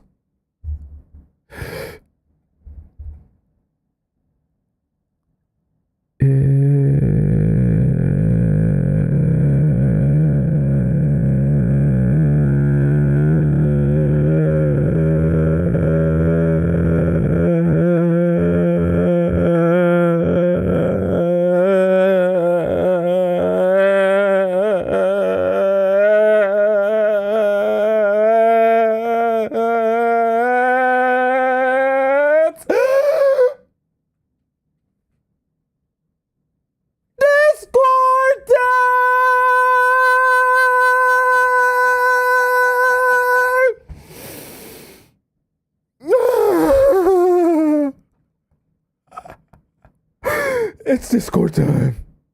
It's Discord time. It's Discord time. For those of you who are unfamiliar, Discord time is the most amazing time. It is a time of the show where all the amazing Players Club members get to ask me a question in our Discord, which for those of you who are on TikTok, our Discord is available on the TikTok chat or in the link in my bio, or if you're on YouTube, it's available in the link in the description or at the very top there as well. And you all can ask your questions to me in the Discord, and I will answer them live on the show. So these are in order of the date that they were posted. So I'm scrolling down to answer the oldest one that I haven't answered yet, okay? Just to keep that in mind. By the way, let me acknowledge before we get started here, someone donated in the TikTok chat. Let me see here. Where was the donation? I saw someone donate earlier. Maybe I missed it. Sorry about that. But someone did donate. So thank you so much for that. Okay. So A says, about 2 months ago, let me make it big here. I'm so silly. I'm so excited. I'm so excited. I'm excited. So advice, Aniv says, about 2 months ago, I, 33, met a guy who's 31 at an event. A friend of a friend introduced us. I thought he was hot and we hit it off. By the end of the night, I was kind of turned off because it felt forced. What? How did it go from you thought he was hot to feeling forced? It seemed like his friend was trying hard to set us up. Okay. I was going to join them to go to another party afterwards, but decided to go home instead. When I was leaving, he followed me out. Oh, he like you. You must got that dumpy. Okay. And walking on the street asking why I changed my mind. You must got that dumpy. He don't want to let you leave. I told him I'm not sure what he's after, but I'm recently divorced after 12 years and I don't do friends with benefits. Good, you standing on business, girl. Okay. He asked me to take his number, but I changed the topic and left shortly after. He's going to pursue. He's going to pursue. You played hard to get. He asked me to DM when I got home. Okay. I didn't. And he messaged me asking the next few days we spoke when he would react to some stories. I turned him down the first time he asked me out, but agreed to go last week and eventually had a great time. I wish I saw your videos before. The thing I did wrong was not being vague. And when talking about myself, we were both pretty interested in each other. And I would say the time was split pretty equally with talking about relationships, family, etc. Okay, so that's decent so far. You didn't follow the strategy exactly, but decent so far. You played hard to get. Clearly, he's pursuing. Okay, this is at least good so far. We kissed several times throughout the night. Not a crime. Okay. He tried to take me home. That's where things get shaky, but I didn't. Okay, good. Clap it up for her. Clap it up for all the tragic stories. We need to clap it up for Aniv. She said no. Good job, Aniv. You said no. Okay, good. You're on the right path now. Good. He texted me the next day with kind of an inside joke, and I left him on red. Oh, you're being mean now. Good girl. This is good. You're good. This is good. Not giving him nothing. Give him nothing. This was 5 days ago. Do you think I should reach out? No. Or does this mean he was just after pineapples this whole time? No, don't reach out. I know this message was sent a while ago. I hope you didn't. Don't reach out. Don't do nothing. He came up to you. He pursued you. You even said no. And he said, please, if you could just give me your Instagram, I would love to get an opportunity to send you a message on. Like, he was like heavy pursuing. Do nothing for him. He's already pursuing you. And I'm so serious though. Do nothing for him. He's already pursuing you. So keep it that way. Don't start switching it up and you chasing after him. He messaged you an inside joke. If it wasn't really about anything serious, you ignored it. Cool. If he really wants to see you again, he's going to message you again, or he's going to respond to one of your stories and he's going to ask you out on another date. He knows who you are. He knows where to find you. He knows how to get in contact with you. Do nothing. You've been doing a good job so far though. And now that you've been watching the show, you know to go back on the next date and get him chatting about himself even more. So do nothing. Okay. Very simple. Next we have here, let's see. See, chat, you know, we got a lot of questions, so don't be upset if yours doesn't get answered. By the way, I saw someone in the chat say that theirs was missed.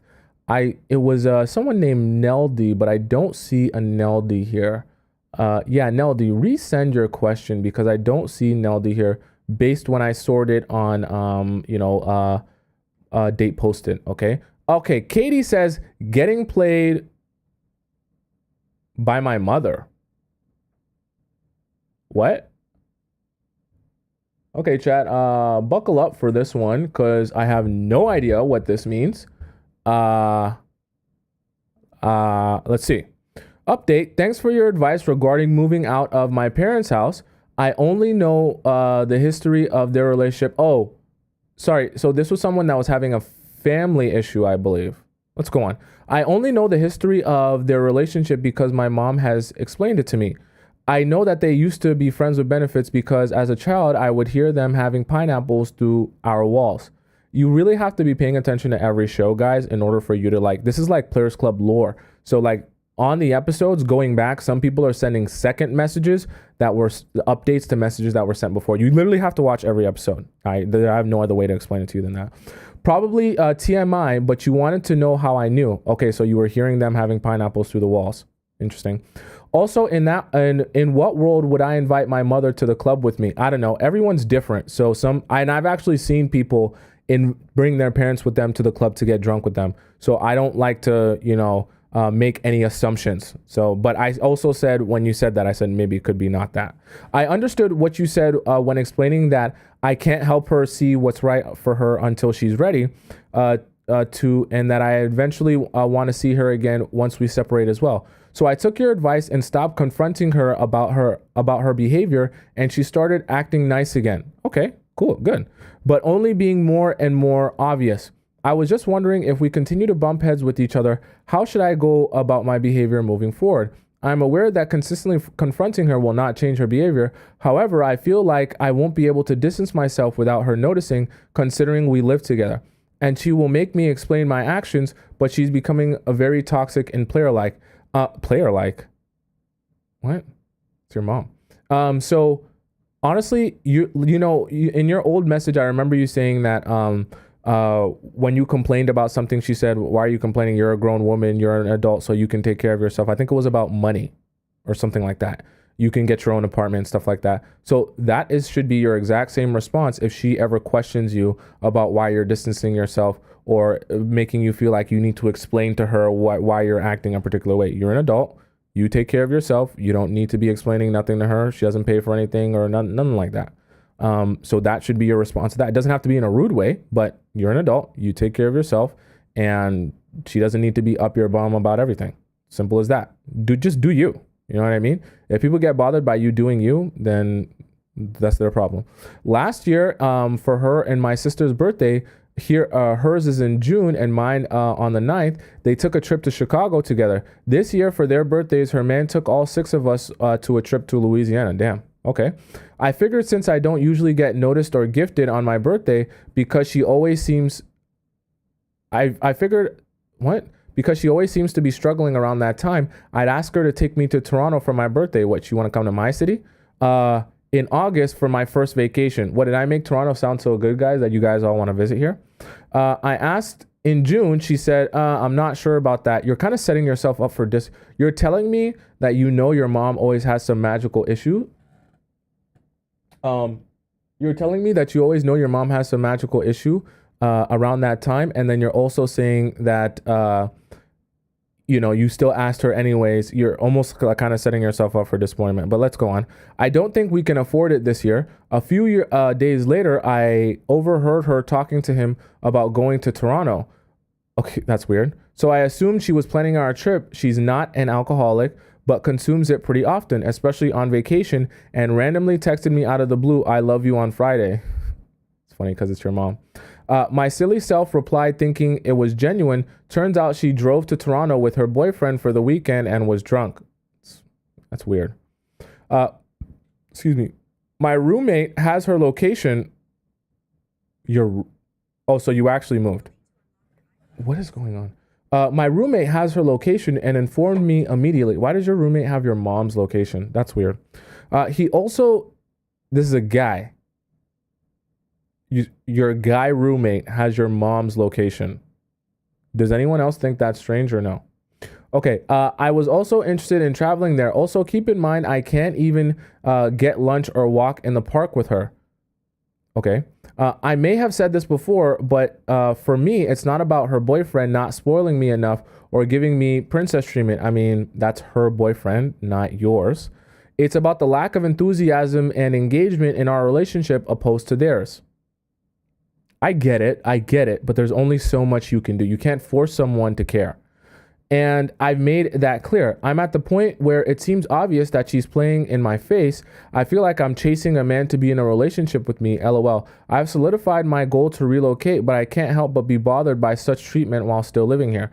Well, if you've already made your goal to relocate, then just focus on how good your life will be when you relocate. Don't be focusing on how miserable you are right now. Think about all the possible things that you'll be able to do when you have your freedom. And then just think about how you can work harder to get that freedom faster. Okay? At least you'll have hope and something to look forward to instead of spending all your days miserable. Are you sure in this relationship, I'm going to want to rekindle eventually? I think that when you move out and you no longer are under your mother's roof and you no longer have to answer to her, you'll basically no longer going to face the problems of like her husband eating your food or her boyfriend eating your food, or you just having to deal with her where you're under her roof. And so you kind of have to abide by her rules. When you move out, you'll have your own individuality. So whatever your mom chooses to do with your life won't be as offensive to you. That's what I mean. And so you're going to stop harboring so many hard feelings towards her, because you'll be like, I have my own life. If you want to be in it, mom, and you want to do things with me, cool. But if you don't, that's perfectly fine. I'm not offended by you not, me doing my own thing and you doing your own thing, because you won't be attached to her in any way. Right? You won't be under her roof and you won't be having to live by any sort of rules that she has for you. You get what I mean? So that will make it easier to deal with her. I'm not saying that all the problems will go away, but you won't be as offended by everything that she does, if that makes sense. Okay. I feel as if it will just result in me chasing her like a dog's tail. I don't think so, because once you start building up your own life, it'll become very easy to detach yourself from the everyday of you and your mom's relationship. I'm just going to be honest with you. You also mentioned working with what I have. How should I move accordingly? Well, you move out, and whatever you got to do to make it easier for yourself to move out, you do that. Okay. You sent the message of your mom saying, hi, how are you? How was your weekend? That's funny. That's funny. I got my car impounded last month and wasn't able to get it back. So she knows I couldn't have done anything besides stay home. So why ask this? She's trying to be nice and all. So trying to be all nice to me now, but I'm over the pretending. Okay, if you're over the pretending, then don't pretend with her either. Just be there for as long as you have to be there until you move out, and don't worry about anything else. I think you're becoming a little bit too worried about everything your mom does to you and everything. Like, I'm not saying you're a bad person for it, but you're so hyper fixated on every single nuance of word and sentence that your mom does to you that everything feels super offensive to you. This is why I think, honestly, the solution to your problem is moving out, because it will feel so much less offensive what she is doing or saying to you when you have your own space and your own individuality. Okay, I can assure you of that. Not saying that all your problems with her are gonna go away, but I promise you it will not feel as offensive every single way she texts you and speaks to you. Okay. Next we have here, let's see. Okay. We have your football boy. This is probably not going to go well. Okay. It never goes well with football boys. And I was a football boy. Silly Willy says. Silly Willy, that's your name? Silly Willy? About 2 weeks ago, a guy football player at my college. Oh, a college football player. Even worse. Asked for my Instagram at the gym. You should have just said no. I wasn't super interested to begin with, but he was persistent, and after 4 days of calling me multiple times and texting me lots, so I hung out with him. Let's see how this goes. We didn't kiss on the first date. Oh, there was a date. But then he persisted to ask me to hang out every day after then. The next day we kissed, and that was it. And the next day I gave him pineapples.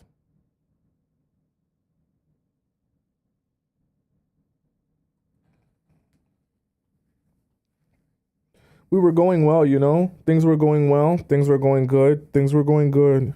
And then Silly Willy came in. She shook things up. I want to ask you, Silly Willy, though. Why? The man begged you to hang out. You hang out with him one time. It was a decent date. The next day, you kiss. And then, sorry, the next time you hang out, you kiss. No, the next day you kiss. Then the next day after that, you have pineapples with him. So this is your third time meeting him in person. Third time. You went on one date. We won't count the time where he just asked for your Instagram. You went on one date, and then you went on a second. I don't even want to call it a date. You just said you hung out. And then third time was pineapples. And actually, this happened within the span of 3 dates.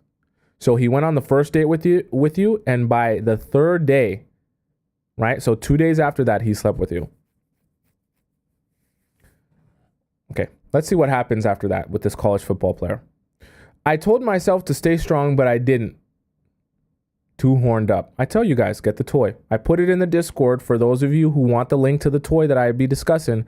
I put it in the Discord so you guys can purchase the toy and, control your urges. I'm so serious. It's not even a joke, because that's part of the problem. Okay.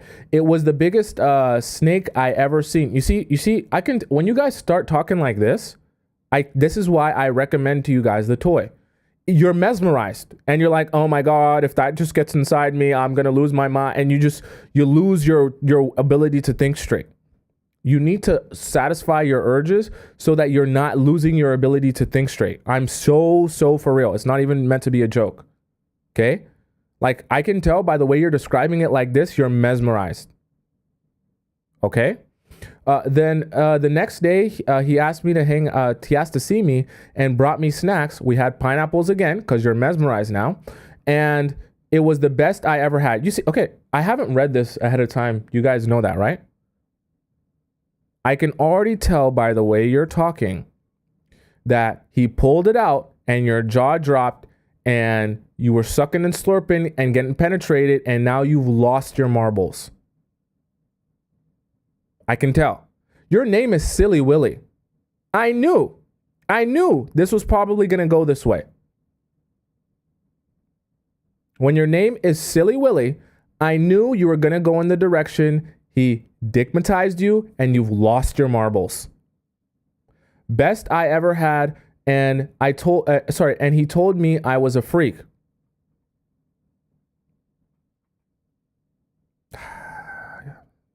He's got you.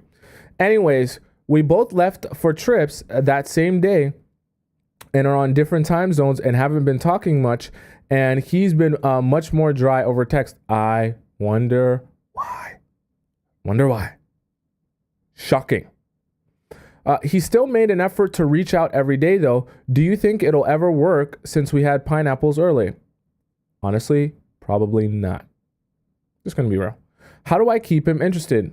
Do absolutely nothing. I would actually pull all the way back if I were you. And when do you give a main pineapple? Personally, I love pineapples, so I have no self-control. Okay. I'm actually trying to help you all. So this is why I give you guys this type of advice, because I know you. I know you guys. And I know that some of you are just like this. You don't have self-control. So when he pulls out a python and he starts penetrating you, you're literally losing your sanity as he's penetrating you. I know. Trust me, I know. And as you're losing your mind, all of your logic and ability to ration and reason is going out the window. So especially when he pulls a python out and he's doing some crazy work on you and putting your spots and he actually knows how to use it, and he's hitting spots that you never knew existed, and your Squirtle is squirtling all over the place, and you're like, it becomes impossible to think straight. What do you mean? Do I think this will work? You had pineapples with this man like 2 days after he met you for the first time. Do you think he's being more dry over text magically? No, but you're making excuses because you want to believe that this is going somewhere. Why? Because you're dickmatized. How do you keep him interested? You do nothing, and you actually take away pineapples. You take that off the table because you let him know that this isn't going to be free pineapples forever. But I'll warn you, when you do that, you're probably going to realize he's not here to do anything more than have free pineapples with you. And if he's not going to be able to access you in that way, he doesn't want access to you, and he doesn't want to be around you, and he doesn't want to speak to you.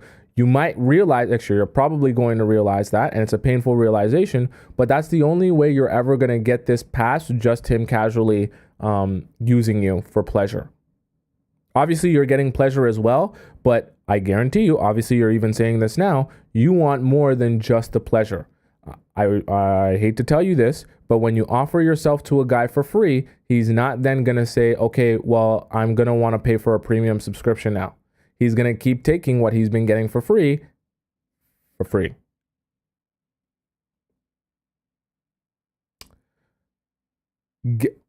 You're already in the chat or in the Discord, Silly Willy. So if you're watching this, go into the general chat and look at the link that I sent of the toy that will change your life. Because this is the only way you can begin to solve your problem. You have no self-control, like you said. So you cannot even be H'd up long enough where you can start making stupid decisions. You need to have something readily available to you that charges and is waterproof, that you can immediately solve your urges before you start making irrational decisions. I'm so dead serious. This is actually part of the problem. Okay? And if you don't solve this part of the problem, you're always going to be in a situation where you're like, oh my God, I haven't had it in so long. And last time I was literally shivering when he gave it to me. And maybe if I just go one more time, maybe if I just experience it one more time. And you're an addict. You're going to become an addict, and you'll never be able to help yourself. It's not good. Okay. So Silly Willy goes on to say, also, he doesn't have a job. Oh, nice. I mean, he's in college. He's in college because he does football, right? Football full time. So I understand that. Hopefully he's on a scholarship. Okay. And gets a stipend. So no scholarship, just a stipend. Okay. Also, he doesn't have a car because he's from New York, but he lives here. He's lived here for 3 years. So you're basically in so many words saying he can't offer me anything really right now at all. Okay. Obviously him not having a job, he plays football, so I understand that. But a stipend, I'm assuming he also has a scholarship, but he's not really doing anything for you. That's what you're basically saying. So all he's doing is you're digmatized. So that's all there really is to this. I get it. But what I'm saying is that the way you solve that is by solving your urges so that you can start thinking rationally, because no rational thinker is going to say to themselves, oh, I should give this guy everything he wants for free, and then think about if I'm going to build a relationship with him after. It doesn't make any type of sense. But you're digmatized, which is why your name is Silly Willy 369. But that's how you solve that's the first step to solving your problem. You need to solve your urges and your lack of control there. So you need to get a toy so that you can have a little bit of control, just a tiny bit. That way you can have an ounce of respect and dignity, just an ounce. Okay? Especially you going to the gym. If you at the gym a lot, you're even more horned up. It's a problem. You need to solve that before, so that you can be rational, because you're not going to build a relationship with him by continuing to offer it in for free. So I think you need to scale back. Don't be texting him. Don't be calling him. Don't be nothing to him. And then when he asks you why you're not texting or calling, you tell him, look, I'm honestly not interested in doing a casual random thing, and then see what he responds from there. Okay. Next we have here, let's see. Maya says, what does he want? Okay, Maya, let's see what he wants. I'm 28. I broke up with my ex who's 33 because he didn't want a serious relationship. The problem is that it's almost been a year and I haven't gotten over him. Wow. How long was the relationship? Okay. We haven't cut ties and are still talking and see each other occasionally. He still keeps calling me terms of endearment and sending me occasional gifts. I asked him why he says he will always love me, and I I ask him why, and he says he will always love me. And I ask about the serious relationship, and he says he's not ready.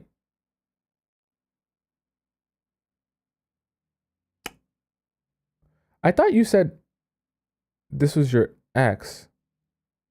How can he? Okay, let's go on. This has really messed with my mental health. I still cry every now and then. When I remember us, we were great together. I tried everything: therapy, traveling, new hobbies, dating other people, and still feel so attached to him. I almost wait for his random messages and gifts to come in. This is horrible. Like, this is not a good place for you to be in. I just want to be able to move on with my life and find someone that wants to be with me in the long run. Last week, he sent me a gift. Oh my gosh. And I messaged him saying that this needs to stop. And if he wants to be something serious with me, then he has to man up to do it. Otherwise, he needs to leave me alone. He just replied, okay, I don't understand what he wants from me. Okay. Maya, I'm going to make this very simple for you. You need to block him on everything. Block his number, block his Instagram, Snapchat, block his WhatsApp, block everything. Block his mom, block his sister, block his brother, block his aunties, block his cousin, block his best friends, block them all on their social medias too, block all of their numbers, block any way he could possibly contact you. Don't change your Netflix password, change everything, okay? Change your everything password. In fact, change your phone number, all right? Change your phone number so he can't contact you at all.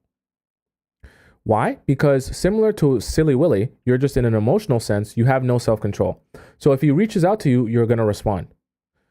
This is not good. He knows how much power he has over you, which is why when you say stop this, he just says okay, because he knows even if he doesn't stop it, you're just going to continue responding to him and playing this game with him. And see, part of the thing is, I think rather than even the physical control, he enjoys having the emotional control over you, which is why periodically he'll send you a message just to keep his control over you just enough that he can have the ego boost of knowing, I still have control over you and your emotions. It's like a slap in your face or a spit in your face if you're into that. Okay? And there's the problem is you're not able to build new relationships. Like you said, you're not able to move on and find someone who wants to be with you in the long run because he continues having this ongoing emotional control over you. So you need to be the one to end that, because you have to understand, for him, this is an ego boost having this emotional control over you. So until you end it, he's never going to end it. He enjoys having emotional control over you. You're asking him to end it as if he please let go of your grip of me. That's basically what you're begging him to do. Please let go of your grip of me. And he's saying, no, it makes me feel good to have this control over you. And so what you need to do is you need to be the one to escape this. You can't beg him to let go of his grip on you. You actually need to walk away. And the only way for you to do that is for you to block his number, or in an even more extreme sense, change your number so he can't contact you ever again. I would also advise you to watch my show where I talk about how to detach from a man, where I give you a step-by-step guide on how you can actually make it easier for yourself to wean yourself off of this guy emotionally. So that includes getting rid of all his clothing, like throwing them in the trash, getting rid of any of things that he kept at your house, throwing away pictures, ripping them up and throwing them in the trash, not keeping them in your room in a trash bag, throwing them in a public trash can that you can't access ever again. Same thing with deleting your pictures, deleting the Snapchat memories, deleting everything, deleting the pictures off of your computer, everything, so that you can actually live your life without constantly being reminded of this guy. Because every time you're reminded of this guy, it's only going to make it more and more painful for you. In that show, I discussed that along with all the other amazing things in detail that you need to be doing if you really want to detach from men. So go on my YouTube and watch that show. Okay, that's what I would advise you to do. And I would advise you to watch it every night until you go to bed, so you can remind yourself what you need to be doing so that you can properly get this guy off of you. Okay? Right? So you go on to say, since I told him to stop messaging me, he hasn't contacted me, hasn't even liked or replied my stories. I feel better, but I also want him to come back and ask me to be with him. I want him to realize that he lost me. What should I do? No, you don't want him to realize that you lost you. You want him to realize that he wants to be with you. I don't like when you guys say this, but you don't actually mean that you want him to actually have. Losing you means he never gets access to you again. You're literally saying in the sentence before this that you want him to come back to you. So you just want him to want you. You don't want him to realize he's lost you, have lost you. Okay. There's a difference between that, but I don't think that what you want is even going to serve you. Okay. I see here you're explaining more of the situation, but the same thing applies. Okay. You said you got obsessed with him monitoring his socials.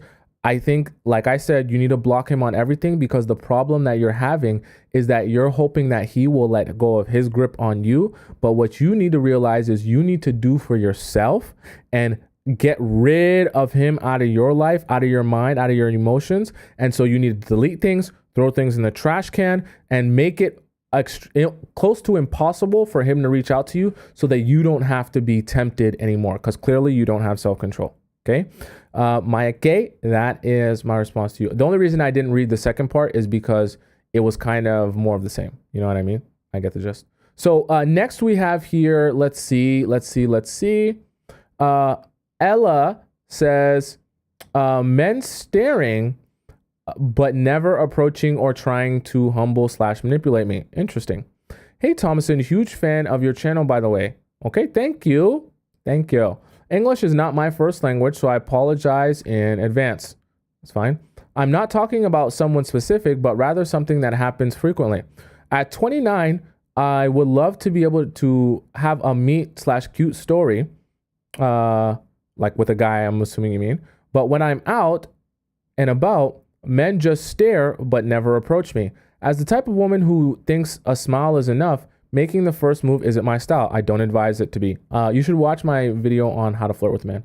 Because of this, relying on dating apps has become necessary. No. Never resort to dating apps. Even though I can't stand them, it's the only way I get approached. Right? When matching and clicking with someone, I follow up with a short video call to avoid being catfished. I mean, not a bad strategy, but still not as good as meeting people in person. Before an in-person date, certain patterns always emerge. They never or rarely compliment me, super nervous, and struggle with holding eye contact, even super handsome ones. Are you trying to say that you're bad as hell? Love to talk about other women they find beautiful. That's quite strange. Being very insecure, I don't feel jealous at all, because another woman's beauty doesn't diminish my own.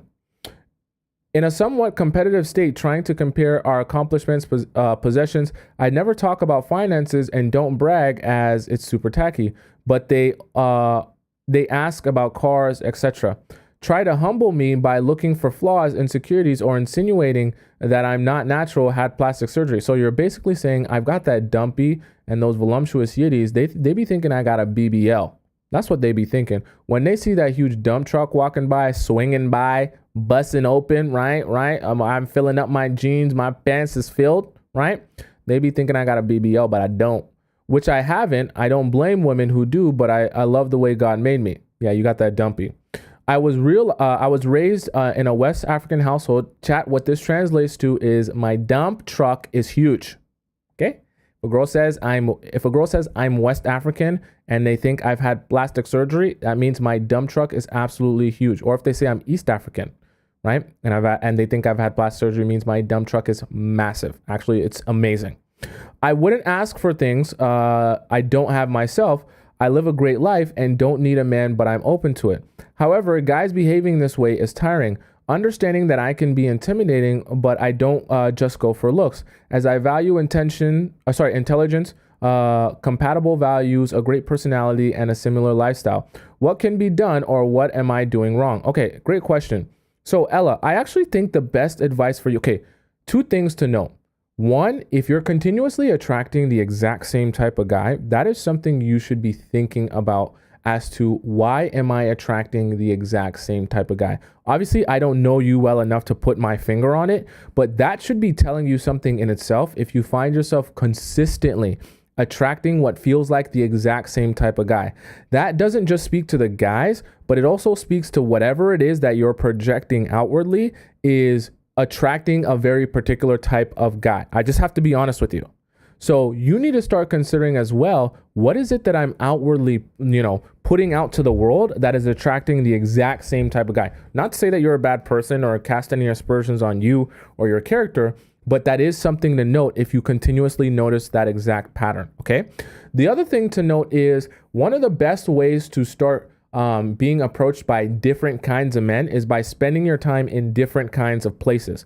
So I don't know, you didn't necessarily mention it here. You just said going out, but if you're only going out to bars or clubs and you're being approached by this particular type of guy that you mentioned here at all the bars or clubs, well, then now you have to start thinking to yourself, let me start going into different types of places so that hopefully I'll meet different types of men. I know it sounds very obvious, but a lot of times we're not doing this and we're wondering why we can only meet the same type of guy. It's because we're spending time in where that same type of guy spends all their time. So if we want to see a different type of guy, we got to go to different places. And they might be places that didn't necessarily want to go or may not find interesting. You might have to go to an art museum thinking, damn, why do I got to go to an art museum to find a different type of guy? Or why do I have to go to a writing class to find a different type of guy? Why do I got to join a book club to find a different type of guy? Why do I got to join a gym to find, you know what I mean? But at the end of the day, the only way to start seeing a change is by making a change within yourself. Because the strategy here is not just, hope and pray that you'll see and meet a different type of guy. The strategy here is figure out what you can change within you or within your lifestyle that will yield you a different result. So changing your environment is one of the best ways to start seeing different types of people. So if you're unsure of what your interests are, just start trying different things until you discover something that you actually enjoy, and just keep doing that. And I promise you, you'll start to meet men just through the process of stepping outside of your house and not going to a club or a bar or even a restaurant, like doing something else that's not one of those three things. And I promise, just for the sake that you enjoy it. And I promise you, you'll start meeting different types of men. Understand what I'm saying? My advice is to literally go on Google and type in things that rich men do. If you want a rich man, and you start looking at the places that rich men hang out, that isn't the club, the bar, or the restaurant. And if you really, really, really want to meet a certain type of guy, sure, go to that spot. Okay. And I would advise you though, to go to a spot that you actually enjoy, for the sake of the fact that you actually enjoy it, not because you want to meet more boys. And I promise you, you'll definitely meet more men in the process of you doing the thing that you enjoy. That's my honest advice to you. Okay. Next here we have, let's see. Okay. We got here. Oh my gosh, we have so many to answer. The DJ by Monica. It's like the opening of a book. Okay. So Monica says the DJ. So this guy randomly texted me on Snapchat. We've already started off wrong. This guy texted me on Snapchat on a day and I replied back. We were talking and it was going well. Okay, one of the things that I don't understand when you guys start to tell me that a guy approached you on Snapchat, from my understanding of how Snapchat works, maybe I'm a grandpa and I just don't know things anymore. From my understanding of how Snapchat works, when they add you and they don't know who you are and you don't know who they are, you cannot see a picture of them. It's not like an Instagram profile. So unless they posted a story at that exact time when they added you, you literally have nothing to go by of what they look like. Also, it's Snapchat, so a lot of people aren't even using their real name necessarily. That's literally could be anyone. It's not even like a dating profile where you have pictures to go off of, or a bio, or an Instagram. I just don't get, like, why do you even allow yourself to be approached on Snapchat? He asked why do you guys use Snapchat as a dating app? I just don't get it. He asked if he could come over. What? A guy, not even that you met, that added you on Snapchat asked if you could come over, and you actually even entered. How does this message even go on past this? At first, I told him no. At first, you told him no? Because I didn't want anything to happen, but I later agreed, so he came over.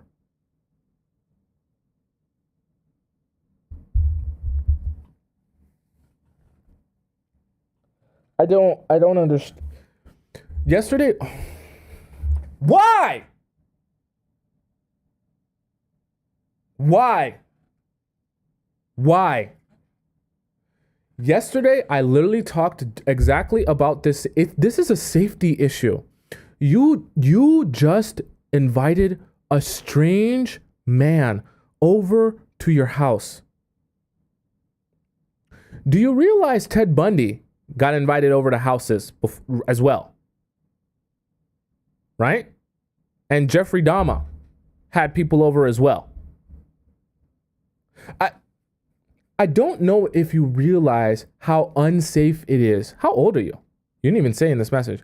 How unsafe it is to allow strangers that you don't know and you can't verify where they're from or who they are and just allow them to come over. What do you, is like a mystery box to you? Oh, mystery box. We'll see who shows up at my door when I give a random stranger my address. Mystery box. Surprise, surprise. It's America's Most Wanted at your door. I don't get it. I don't get it. I don't get it. I agreed, so he came over. We talked and played together. What do you mean we played together? What is this? What type of message is this? I was getting sleepy, so I told him I was going to bed. Why didn't you tell him to leave your house?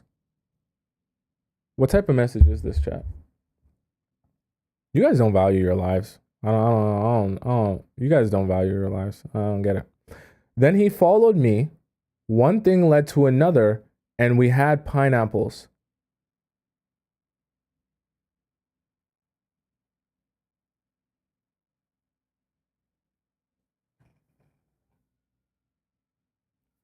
First of all, why did you say that he followed you as if to imply that you're not at your own house? He followed me to my own bedroom. It's your bedroom. You invited that man over to your house.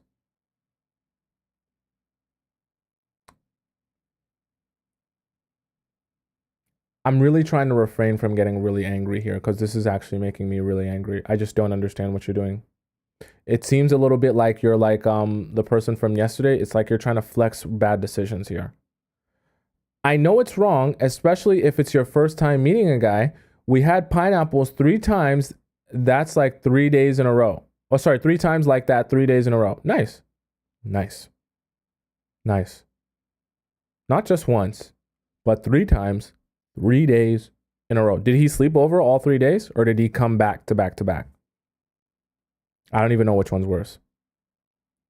At first, when he left, he used to call me and text me for some weeks. Then later, he stopped calling completely and would just text. I'm so shocked that a guy that slept with you after adding you on Snapchat, going over to your house, talking and chatting a bit, and then sleeping with you 3 days in a row. I'm so shocked that that guy would stop calling you and barely text you. Oh my God, this is such a crazy story. I would have never imagined a guy would treat a woman like this. Oh. Let's go on. I noticed the change in his energy and I spoke about it with him. He apologized. You're doing everything wrong. But I later said having anxiety.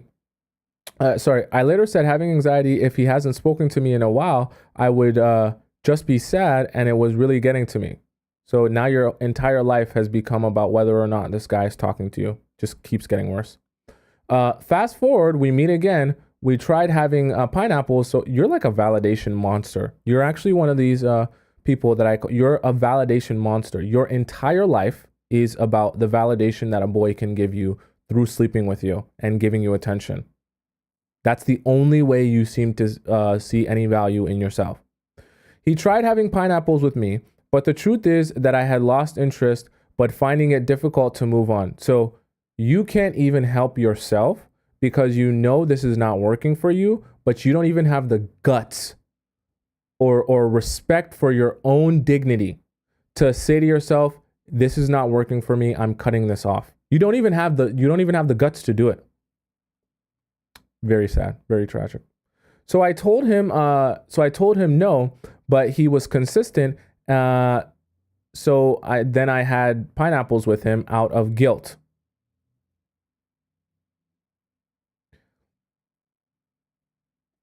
I'm not going to say that that's untrue, but you say we met again. Okay. I can acknowledge that some of you are in some down bad positions when you're sending me these messages, but I also need you to take responsibility because nobody forced you to meet up with him again. Nobody did. In fact, he made it very clear that he was not here to be fully invested in you. So that was a choice on your part. I get that he was consistent with you and then you guys had pineapples and stuff like that, but being consistent is not the same as being forced. And you also were not forced to meet him. Okay?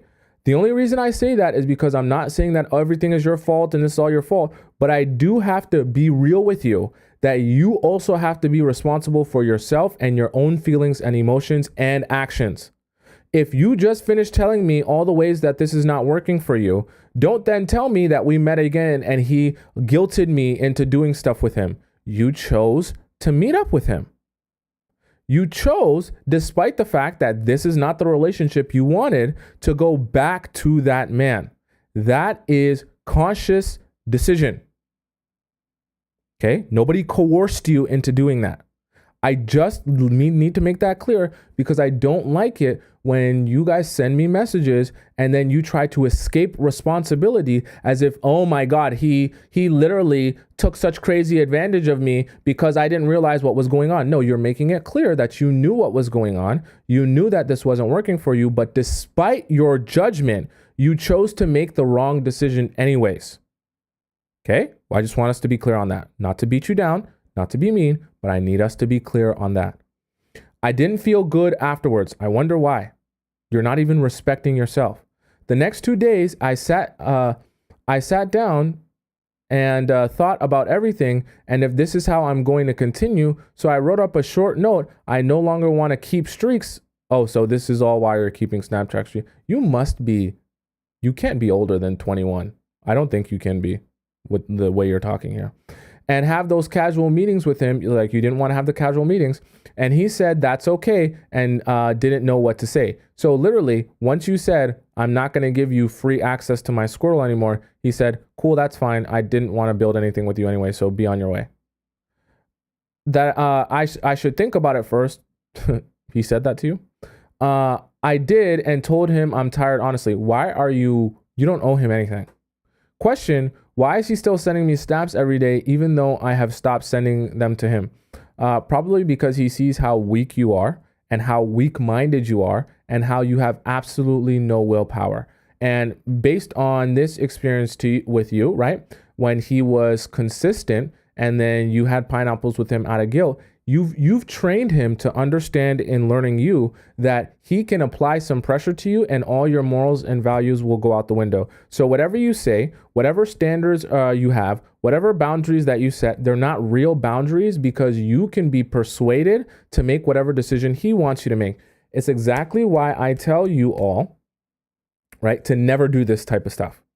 Because as soon as a guy sees that you will go back on your word and you will not stand on what you say you're about, he will never, ever, ever, ever, ever have any respect for any boundary you set. It's the same way when you say, I'm done with this and I'm not here to do anything casual. He literally says, okay, he doesn't even care. He doesn't even care because he takes it so unserious. Monica, I need you to understand you are a joke to that man. Literally a joke. A joke. When you message him, trying to send him this long, well thought out note, oh my goodness, I need you to understand that I'm not going to be here to have any more casual relationships with you. No more Snapchat streaks. Aren't you nervous? Don't you feel threatened? No more Snapchat streaks, no more casual hangouts, no more casual pineapples. I'm standing on business. He's literally laughing his guts out. He's cackling. He's on the floor, hysterical, laughing. Because the fact that you would send him that message when you and him both know you mean nothing of what you just said, and if he were to apply some pressure on you, you would fold like a cheap lawn chair. He finds you comical. I didn't say he finds the situation comical. He finds you comical. You're a joke. You're a joke to him. I'm telling you the truth. This is not to be mean to you. I just want you to understand, you're asking me, why is he still sending me snaps every day, despite you sending him the note about how you feel and you no longer want to do this and no longer want to do that? It's because you're a joke to him. He doesn't take you seriously. And it's not for no reason. It's because you've shown that he doesn't have to take you seriously. So why would he? He's treating you like the joke you've shown yourself to be. So if you no longer want to be perceived as a joke, Monica, what you need to do is get rid of him on everything. You stop Snapchatting him. You actually should block him on Snapchat, and you should block him on all the other social medias he has and any way he has to contact you. I don't even mean block him for the sake of him.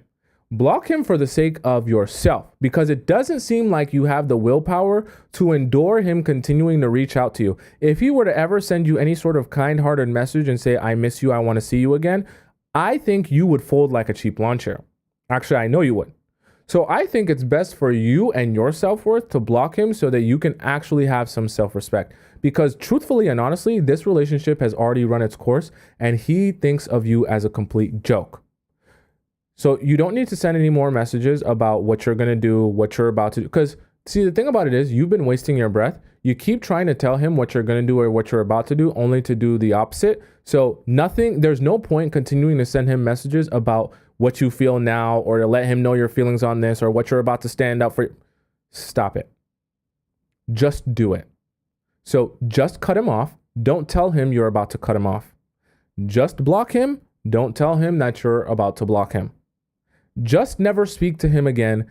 Don't tell him that you're about to never speak to him again. Okay? That's the only way you'll get any sort of respect. And I need to make this very clear. You should still never speak to him again, because he already sees you as a joke. You're a joke to him. Use this as a learning lesson in the future, how to not get taken as a joke. Okay, I'm so serious. This relationship is over. This situationship is over. But use this lesson so that in the future, you never make this mistake again and a guy won't take you as a joke ever again. I just realized that the title of this is the DJ. Especially if he's the DJ, I guarantee you he doesn't. Let me be nice. He is not concerned with anything you're talking about. If he's a DJ at a club, I'll just say it like that. Okay, and I'll leave it there. Okay, so for those of you, I hope you guys got some value out of that. That's the show for today. And for those of you who didn't get your question answered, don't worry, I answer them every day on every show. So don't worry, your question will get answered. Don't fret. If you didn't get a chance to send in your message, please, if you're on TikTok, go into the link in the bio where you can send in your message and I'll answer it live on the show. Or if you're on YouTube, you can just go into the link in the description where you can send your message and I will answer it live on the show. Okay. Oh, by the way, let me shout out the people who donated here. I don't want to forget you. Okay. Shout out to Billy, who donated $5 and €5 in the YouTube chat. Says, thanks, Tomisin and Missy America. Thank you, Missy America. I really like Missy America. I love Missy America because she is so helpful in the chat and she helps hold it down in the YouTube chat. So yes, Missy America, she the best. Okay. So for those of you guys who want to send your questions, you can send it in that way. If you love me so much and you want to see me more on every single platform and see everything that I, talk about every single day and every single thing I do every single day, just head over to my Instagram where you can find it right there. It's on the top left of your screen if you're on TikTok and on the bottom right of your screen if you're on YouTube, where you can follow me on Instagram and you can see what I'm up to every single day and see where I've been since I was here in front of you on this show. Okay. And for those of you who are on TikTok and you want to get access to the show, maybe you missed parts of it, or you want to watch all the other live shows that I've done, go over to my YouTube, which is right above my head on the right side of my screen, and just type in my name on YouTube and you'll find my YouTube channel. Go in the live section and you'll see all the live videos I've ever done, live shows I've ever done with the YouTube and TikTok chat embedded in the live show. So you'll be able to follow along with all the context and conversation that's happening on the live show. It's such a great, amazing experience. Okay. I am here every weekday, Monday to Friday at 4 p.m. Eastern time. So if you ever want to figure out when you're going to catch me right on time, it's 4 p.m. Eastern, Monday, Tuesday, Wednesday, Thursday, or Friday. I'm here all of those days. Okay. 4 p.m. Eastern time. So you got to figure out what time that is in your time zone. Okay. Until then, I will see you tomorrow, 4 p.m. Eastern. And until then, arrivederci, au revoir, goodbye, hasta la vista. I love you so much. Until we meet again, stay safe. Love life, and don't spend too much time with boys unless they're really serious about you. Okay? Bye for now.